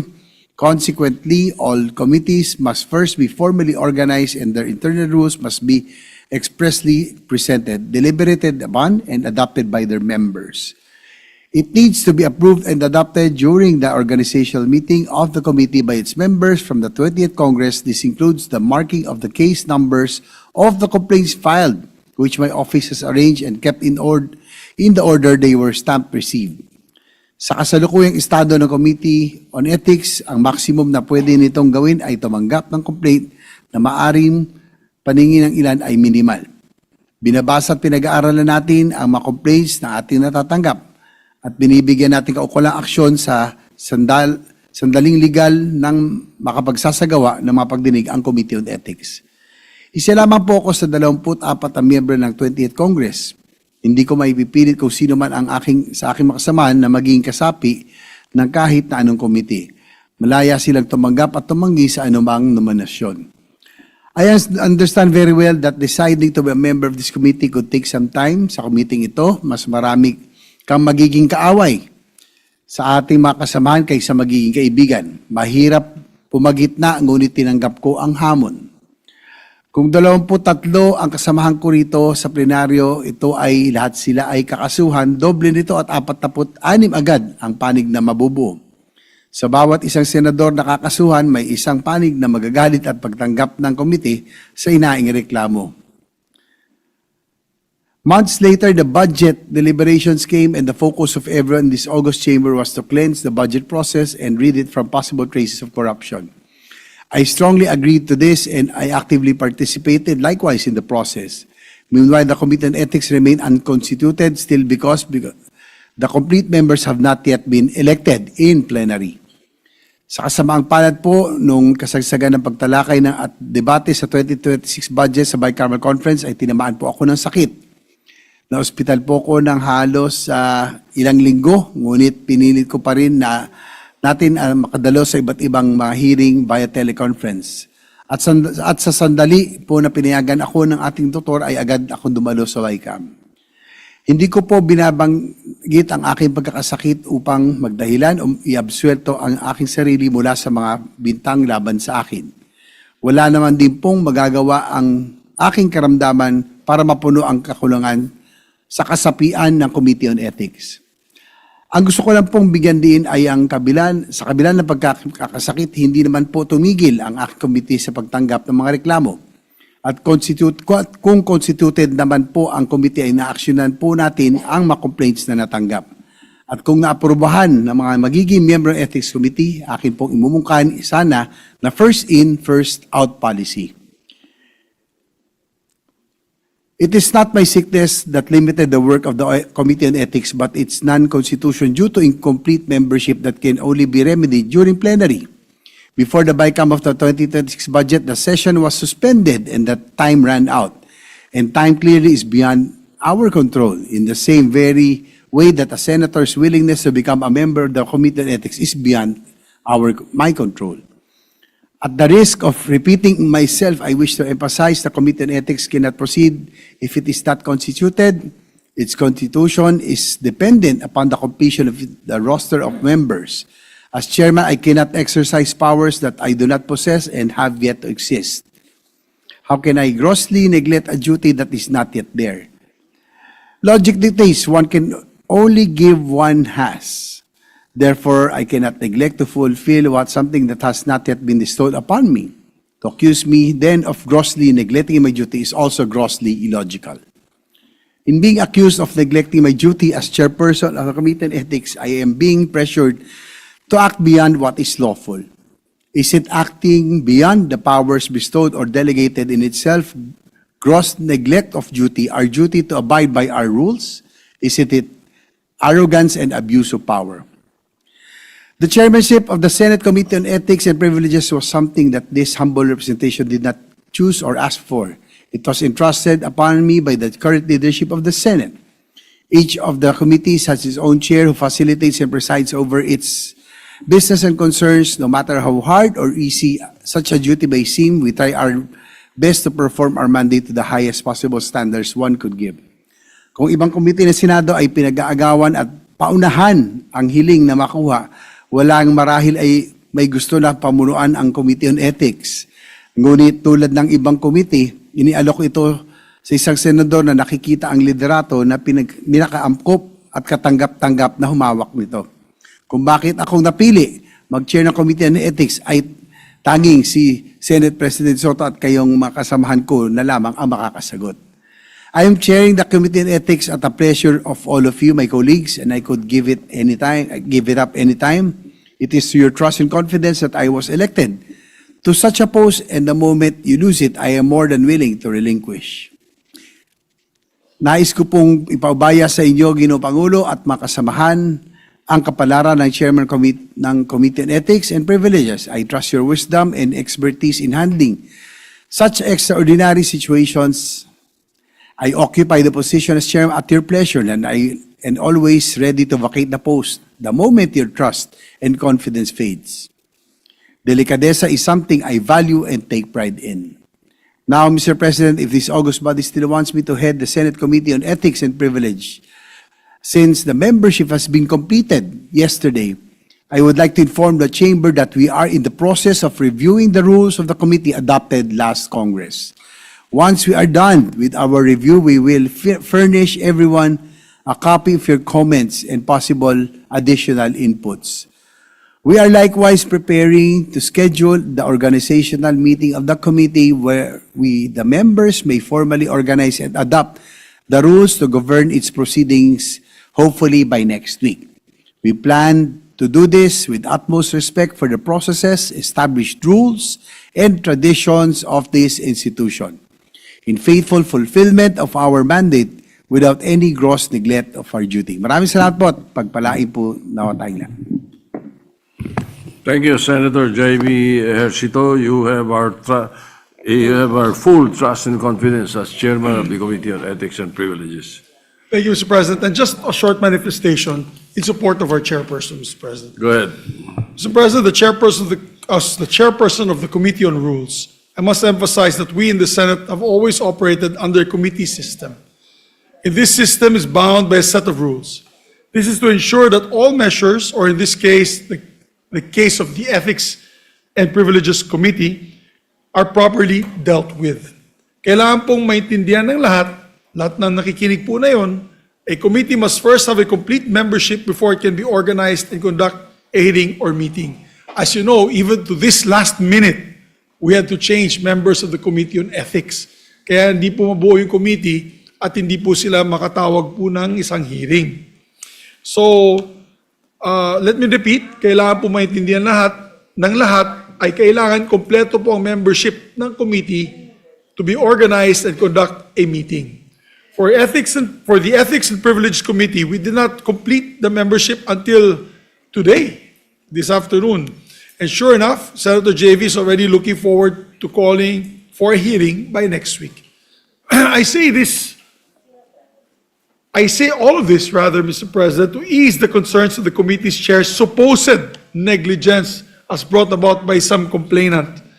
I assure our people that everything has been proceeding in order and keeping with the rules of the Senate. And we trust that Senator JV will continue to uphold the Senate rules as the Ethics Committee is now empowered to proceed with its functions. He is also the best candidate and best person for the job, Mr. President, because he's the reluctant candidate. He didn't want this position from the very beginning, but he's willing to make the sacrifice to make sure that each and every one of us will be following the rules and procedures and ethical standards of this great institution. So we thank him for that, Mr. President. Mahirap pong maging chairman ng ethics. Marami pong tumanggi dito, pero siya, being reluctant that he is, we had to convince him, and he gladly agreed to take the job, especially now that there are pending cases on this issue. We trust him and fully support him, Mr. President. We give him our 100% support. Maraming salamat, Mr. President. All right, thank you, Majority Leader.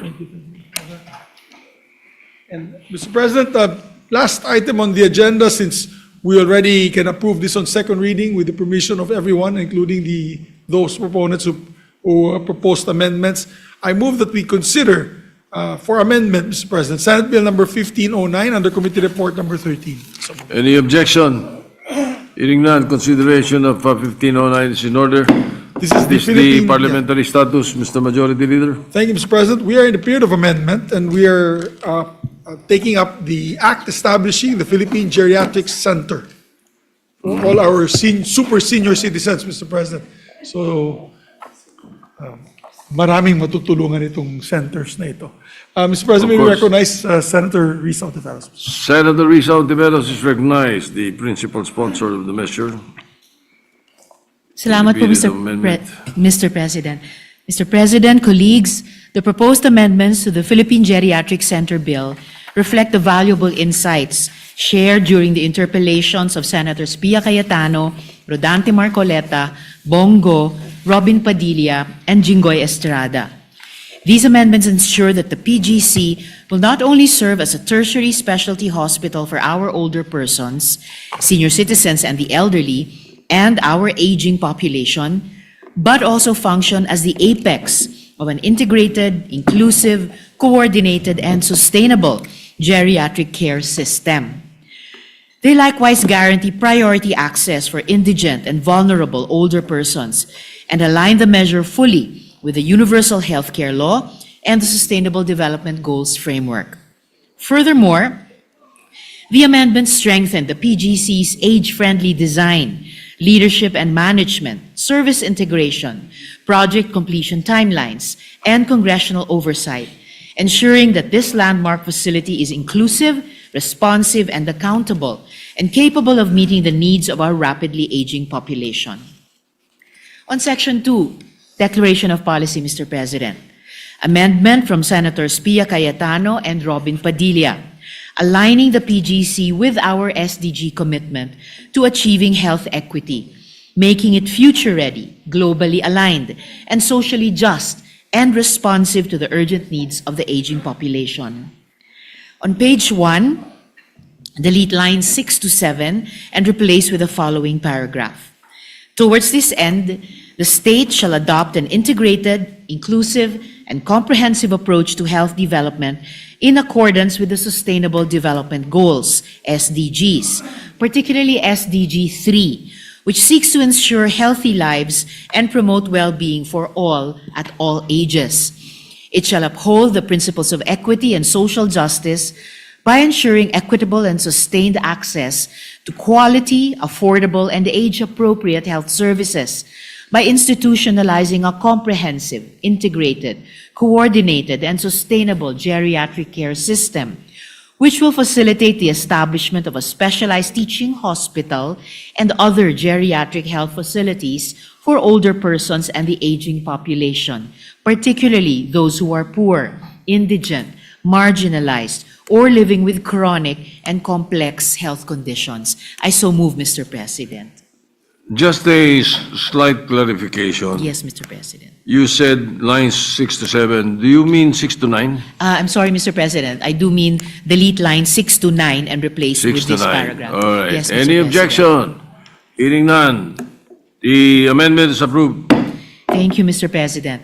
On Section 3, Philippine Geriatric Center, amendment from Senator Pia Cayetano and this representation to ensure that PGC delivers specialized, state-of-the-art care while promoting healthy aging through accessible programs and patient-friendly facilities, thereby upholding dignity and holistic well-being for senior citizens. On page 1, after line 12, insert new paragraph to read, the PGC shall provide comprehensive health services for geriatric patients, including medical, diagnostic, rehabilitative, and wellness care designed for the older persons and aging population. It shall be fully equipped with state-of-the-art equipment and facilities complemented by adequately trained and competent human resources for health. It shall likewise promote healthy aging through creation of age-friendly programs and facilities. I so move, Mr. President. Any objection? Hearing none, the amendment is adopted and approved. Thank you, Mr. President. On Section 4, Purposes and Objectives, amendment from Senator Pia Cayetano and this representation to strengthen coordination between and among PGC, national government agencies, local governments, and other stakeholders.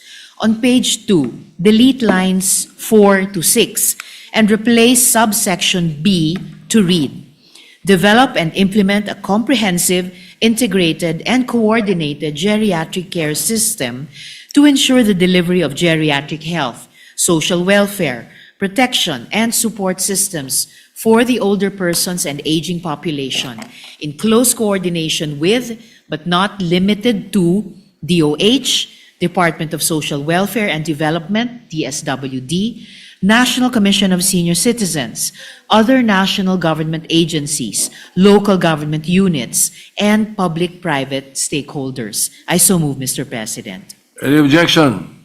Hearing none, amendment is adopted, approved. Thank you, Mr. President. Amendment from Senator Bongo to explicitly state the complementary role of the PGC in relation to regional specialty centers pursuant to RA 11959 or the Regional Specialty Centers Act. On page 2, line 17, insert a new subsection E to read as follows. Provide a specialty training and technical assistance to geriatric care specialty centers pursuant to Republic Act number 11959, otherwise known as the Regional Specialty Centers Act. Then re-letter the subsections accordingly. I so move, Mr. President. Any objection? Hearing none, amendment is adopted, amendment approved. Thank you, Mr. President. Amendment from Senator Pia Cayetano to encourage shared public and private partnership in the implementation of the PGC law. On page 2, after line 23, insert a new subsection G to read as follows. Foster linkage and alignment with the private sector for public-private partnerships in accordance with existing laws, rules, and regulations. Then re-letter the subsections accordingly. I so move, Mr. President. Any objection? Hearing none, approved. Thank you, Mr. President. In new Section 5, Age-Friendly PGC Site and Facilities, amendment from this representation in response to the concerns of Senator Pia Cayetano to ensure that PGC will be compliant with internationally recognized principles on age-friendly amenities and facilities. On page 2, between lines 23 and 24, insert a new Section 5 to read as follows. Section 5, Age-Friendly Philippine Geriatric Center Site and Facilities. The Philippine Geriatric Center, PGC, shall be designed, constructed, equipped, and operated as an age-friendly health facility that ensures the safety, accessibility, comfort, dignity, and independence of geriatric patients with appropriate support for their families and carers. The PGC shall comply with existing accessibility laws and national building standards and shall provide, at a minimum and as far as practicable, A, barrier-free and universal design features, B, senior-friendly patient rooms, wards, outpatient areas, and common spaces that reduce fall risks and support mobility, orientation, and infection prevention, C, accessible spaces for family members and carers, including accommodation and lodging for relatives and caregivers of patients requiring long-term care. D, facilities for long-term care, rehabilitation, memory care, palliative, and end-of-life services. E, accessible diagnostic, pharmacy, and support service areas. F, areas for health promotion, rehabilitation, mental health, social engagement, and recreational activities, including open spaces such as parks and walkways with trees and greenery. And G, disaster-resilient, and climate-responsive features addressing the needs of older persons. The Department of Health, DOH, shall ensure continuous compliance with this section and upgrade accordingly, pursuant to internationally recognized principles on age-friendly and elder-sensitive health facilities. Then renumber the succeeding sections accordingly. I so move, Mr. President. Any objection? Hearing none. Amendments adopted. Thank you, Mr. President. On new Section 6, Organizational Structure and Staffing Pattern, amendment from Senator Bongo and this representation prescribing the qualification of the Medical Center Chief of the PGC. On page 2, line 27, after the word regulations and the period, insert a new sentence to read as follows. The PGC shall be headed by a medical center chief, who shall be a duly licensed physician with demonstrated experience and competence in geriatric care and in hospital administration and management. I so move, Mr. President. Any objection? Hearing none. Adopted. Approved. Thank you, Mr. President. On new Section 7, coordination with and assistance from other government agencies. Amendment from Senator Bongo and this representation, recognizing the continuing role of the JRRMMC, NCGH, vis-a-vis the program, vis-a-vis, or in terms of the program and service development. On page 2, line 29, after the word DOH and the comma, insert the words, the Jose R. Reyes Memorial Medical Center, National Center for Geriatric Health, JRRMMC-NCGH, and a comma. And on the same page, line 32, replace the word elderly with the words older person and the aging population, so that the new sentence will then read as follows. The PGC shall collaborate with the DOH, the Jose R. Reyes Memorial Medical Center, National Center for Geriatric Health, JRRMMC-NCGH, the Philippine Health Insurance Corporation, PhilHealth, and the National Commission of Senior Citizens, NCSC, in the development, implementation, and continuous improvement of programs and services for the older person and the aging population. I so move, Mr. President. Any objection? Hearing none. Approved. Thank you, Mr. President. Amendment from this representation clarifying that the Philippine Geriatric Center shall not function as a standalone hospital facility, but shall serve as the apex of a continuing and integrated geriatric care system across all levels of health service delivery, fully aligned with the Universal Healthcare UHC framework. And from Senator Robin Padilla, emphasizing that indigent and low-income older persons, as well as vulnerable aging populations, shall be given priority access to geriatric services, consistent with existing social protection programs and the UHC framework. And also from Senator Pia Cayetano, integrating social welfare and support systems with geriatric care to address the complex need of the older persons and aging population. On page 3, delete lines 6 to 10 and replace with a paragraph that reads as follows. In coordination with the DOH, PhilHealth, LGUs, and relevant health agencies and facilities, the PGC shall ensure the integration of comprehensive geriatric services within the Universal Healthcare UHC framework. This shall include, but shall not be limited to, the strengthening of the healthcare provider network and a functional referral system for geriatric care across all levels of care, from primary to tertiary facilities. The PGC shall likewise ensure priority access to geriatric services for indigent and low-income geriatric patients, older persons, and aging population, consistent with the UHC Act. The PGC, in close coordination with the DSWD and NCSC, shall develop and implement programs related to the social welfare and social protection programs for the older persons and aging population.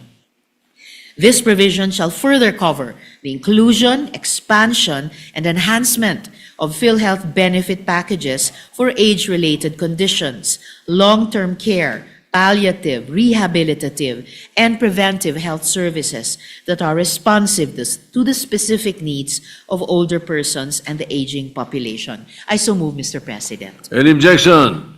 Hearing none, the amendment is approved. Thank you, Mr. President. New sections on public-private partnership, completion of PGC, and congressional oversight. On page 3, between lines 13 and 14, insert new sections as follows. On new section 8, public-private partnerships, amendment from Senator Pia Cayetano and this representation, enabling the PGC to leverage private sector resources and innovation and ensuring sustainable operations and expanded access to quality care for older persons and aging population. On page 3, between lines 13 and 14, insert a new section 8 to read. Section 8, public-private partnerships. The PGC, DOH, and Public-Private Partnership Center, PPC, shall collaborate in pursuing public-private partnerships, PPP, for the establishment and development of geriatric care and wellness facilities, including related infrastructures, programs, and services that promote healthy aging and the welfare of older persons and aging population. The PGC may request the assistance of other national government agencies and local government units in seeking PPPs to ensure adequate support systems, sustainable operations, and innovative approaches in geriatric care. I so move, Mr. President. Any objection? Hearing none, the amendment is adopted. Thank you, Mr. President. On new section 9, completion period of PGC, amendment from this representation, setting the deadline and ensuring time in response to the concerns raised that the PGC will potentially become a white elephant project. Section 9, completion of the Philippine Geriatric Center. The DOH, in coordination with the implementing agencies, shall ensure that the PGC is fully constructed, equipped, and operational within 5 to 7 years from the effectivity of this act. I so move, Mr. President. Any objection? Hearing none, the amendment is approved. Thank you, Mr. President. And finally, on new section 10, congressional oversight. Amendment from this representation providing for congressional oversight, monitoring, and accountability to ensure timely completion of the construction, procurement, staffing, and operational readiness of the PGC. Section 10, congressional oversight and monitoring. The Senate Committee on Health and Demography and the House of Representatives Committee on Health shall exercise joint congressional oversight over the implementation of this act, particularly the planning, construction, equipping, and operationalization of the Philippine Geriatric Center, PGC, including the timely completion of its infrastructure and facilities. For this purpose, the DOH, in coordination with other concerned agencies, shall submit to the said committee semi-annual reports detailing the physical and financial status of the project, compliance with approved timelines and project milestones, procurement activities, and any delays, constraints, or deviations affecting implementation, together with corresponding corrective actions. The committees may conduct hearings, site inspections, and technical briefings, and may require the submission of documents and records necessary to ensure transparency, accountability, and compliance with this act. In cases of unreasonable delay, cost overruns, or material non-compliance, the committees may recommend remedial administrative actions, policy reforms, or legislative measures without prejudice to the conduct of audit, investigation, or review by the Commission on Audit, COA, and other appropriate oversight bodies. The joint congressional oversight under this section shall continue until the PGC is fully constructed, equipped, and operational. Then renumber the succeeding sections accordingly. I so move, Mr. President. Any objection? Hearing none, the amendment is approved. Marami pong salamat, Mr. President. And Mr. President, in closing, I thank Senators Pia Cayetano, Bongo, and Robin Padilla for their proposed amendments. With these amendments now fully integrated, we have further strengthened the Philippine Geriatric Center Bill to ensure that it is inclusive, age-friendly, and fully aligned with the universal healthcare framework and internationally agreed-upon development goals. I therefore respectfully move that the period of amendments be closed so that we may proceed with the approval of this important measure. And finally, on behalf of the authors of the Philippine Geriatric Center Bill, Senators Mark Villar, Lito Lapid, Jinggoy Estrada, Bongo, Loren Legarda, Erwin Tulfo, Majority Leader Mig Subiri, Rafi Tulfo, and Joel Villanueva, maraming salamat, and may our senior citizens and elders live long and healthier, Mr. President, Majority Leader. What does the Majority Leader say? Thank you, Mr. President. Before we act on the request of our dear colleague, may I also be made a co-author of the measure, Mr. President, co-sponsor? I have an author, okay. You My already are. My two colleagues here also want to be made. They are already. Including Senator Legarda? Yes. So she asked me the age now of geriatric age. Sabi ko, I really don't know if it's 60 as senior citizen or 70. You want me... Anyway, Yes, Majority Leader, I need not come up with a disclosure because I don't think I will benefit from that law, no? Yes, yes, that's true. Mr. President, half in jest, but also because of my inquiring mind, I'm one of the authors, but I don't recall seeing a definition of terms of geriatric. But it's way past the period of definition of terms. You already closed the period of amendments. But when I ask the Majority Leader, I will just tell you later after adjournment What he said what he said about you and me and Senator Lacson.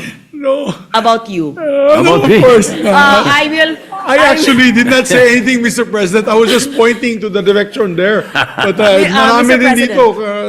Huwag mapipilipat ang dila ng Tabukidnon. That's why I will hold, lest I say something. But the Senate President is always a good sport, and I will tell him exactly what you said. Actually, papunta na rin kami dyan ni Senator JV. We're on our way. Few more layers to go and we'll also be senior citizens. So, You yes, know, there's one thing, one advice I can give you, Majority Leader Senator Subiri. Do not be afraid of old age. Try to reach it. oh, good words of wisdom. Words of wisdom from our Senate President. But I believe Senator Risa would like to be recognized once again. Senator Hontiveros. Just a quick point of information, Mr. President, sa point ni raise ni Senator Loren. Tama po sila. There's actually no definition of geriatric dahil ang geriatric po has less to do with numerical age kasi there are seniors in full or practically full capacity of their physical and mental health. Mas po may reference sa geriatric conditions na may kinalaman po sa So progressive na geriatric diminution conditions sa does not capacities. really have nothing to do with age. Actually po, not strictly. Good, Salamat po, because Mr. President. there is one thing also that I practice. I do not let the old man in. Yan, Mr. President. Yes. No. All right, Thank you, Mr. Majority President. Leader. That's why hindi Di- halata, di- Mr. President, na 65 ka lang. Yes, Mr. President. Mr. President, I move to close the period of amendments. So move, Mr. President. Amendment. Any objection? Hearing none, the period of amendments closed. And Mr. President, this is supported by almost all our colleagues. I think this is a very non-controversial bill. I consider this a happy bill for our, sorry. Who? Asan Pia, of course, we'll also put on record, Mr. President, the request of Senator Pia that she be made co-sponsor and co-author of the measure. And with that, Mr. President, I move that we approve on second reading Senate Bill number 1509 under Committee Report number 13. Any objection? Hearing none, Senate Bill 1509 is approved on second reading. Thank you very much, Mr. President. And last, housekeeping measure. It's- I move to suspend consideration. Mr. LEDAC, yes, it's a LEDAC measure, Mr. Majority I Leader. forgot it was in the list. That's right. Congratulations to The all of LEDAC us. will be happy. Yes, Mr. President. So move to suspend consideration of the measure for third reading. Consideration of the measure suspended. And last, Mr. President, on the agenda today, just as housekeeping. Upon the instruction of Senator Ontiveros, Chairperson of the Committee on Electoral Reforms and People's Participation, I manifest the designation of Senator Francis Kiko Pangilinan as Vice Chairman of the said committee, Mr. President. Any objection? Hearing none, Senator Pangilinan is elected Vice Chair. And therefore, Actually, it's a designation of the chairman. that's Yeah. correct, Mr. President. With that, Mr. President, no other measures to take up today. I move that we adjourn the session until 3 o'clock in the afternoon, Wednesday, January 28, 2026. Thank you, Mr. Any President. objection? Hearing none, the session is adjourned until 3 o'clock in the afternoon of Wednesday, January 28, 2026. Thank you, Mr. President.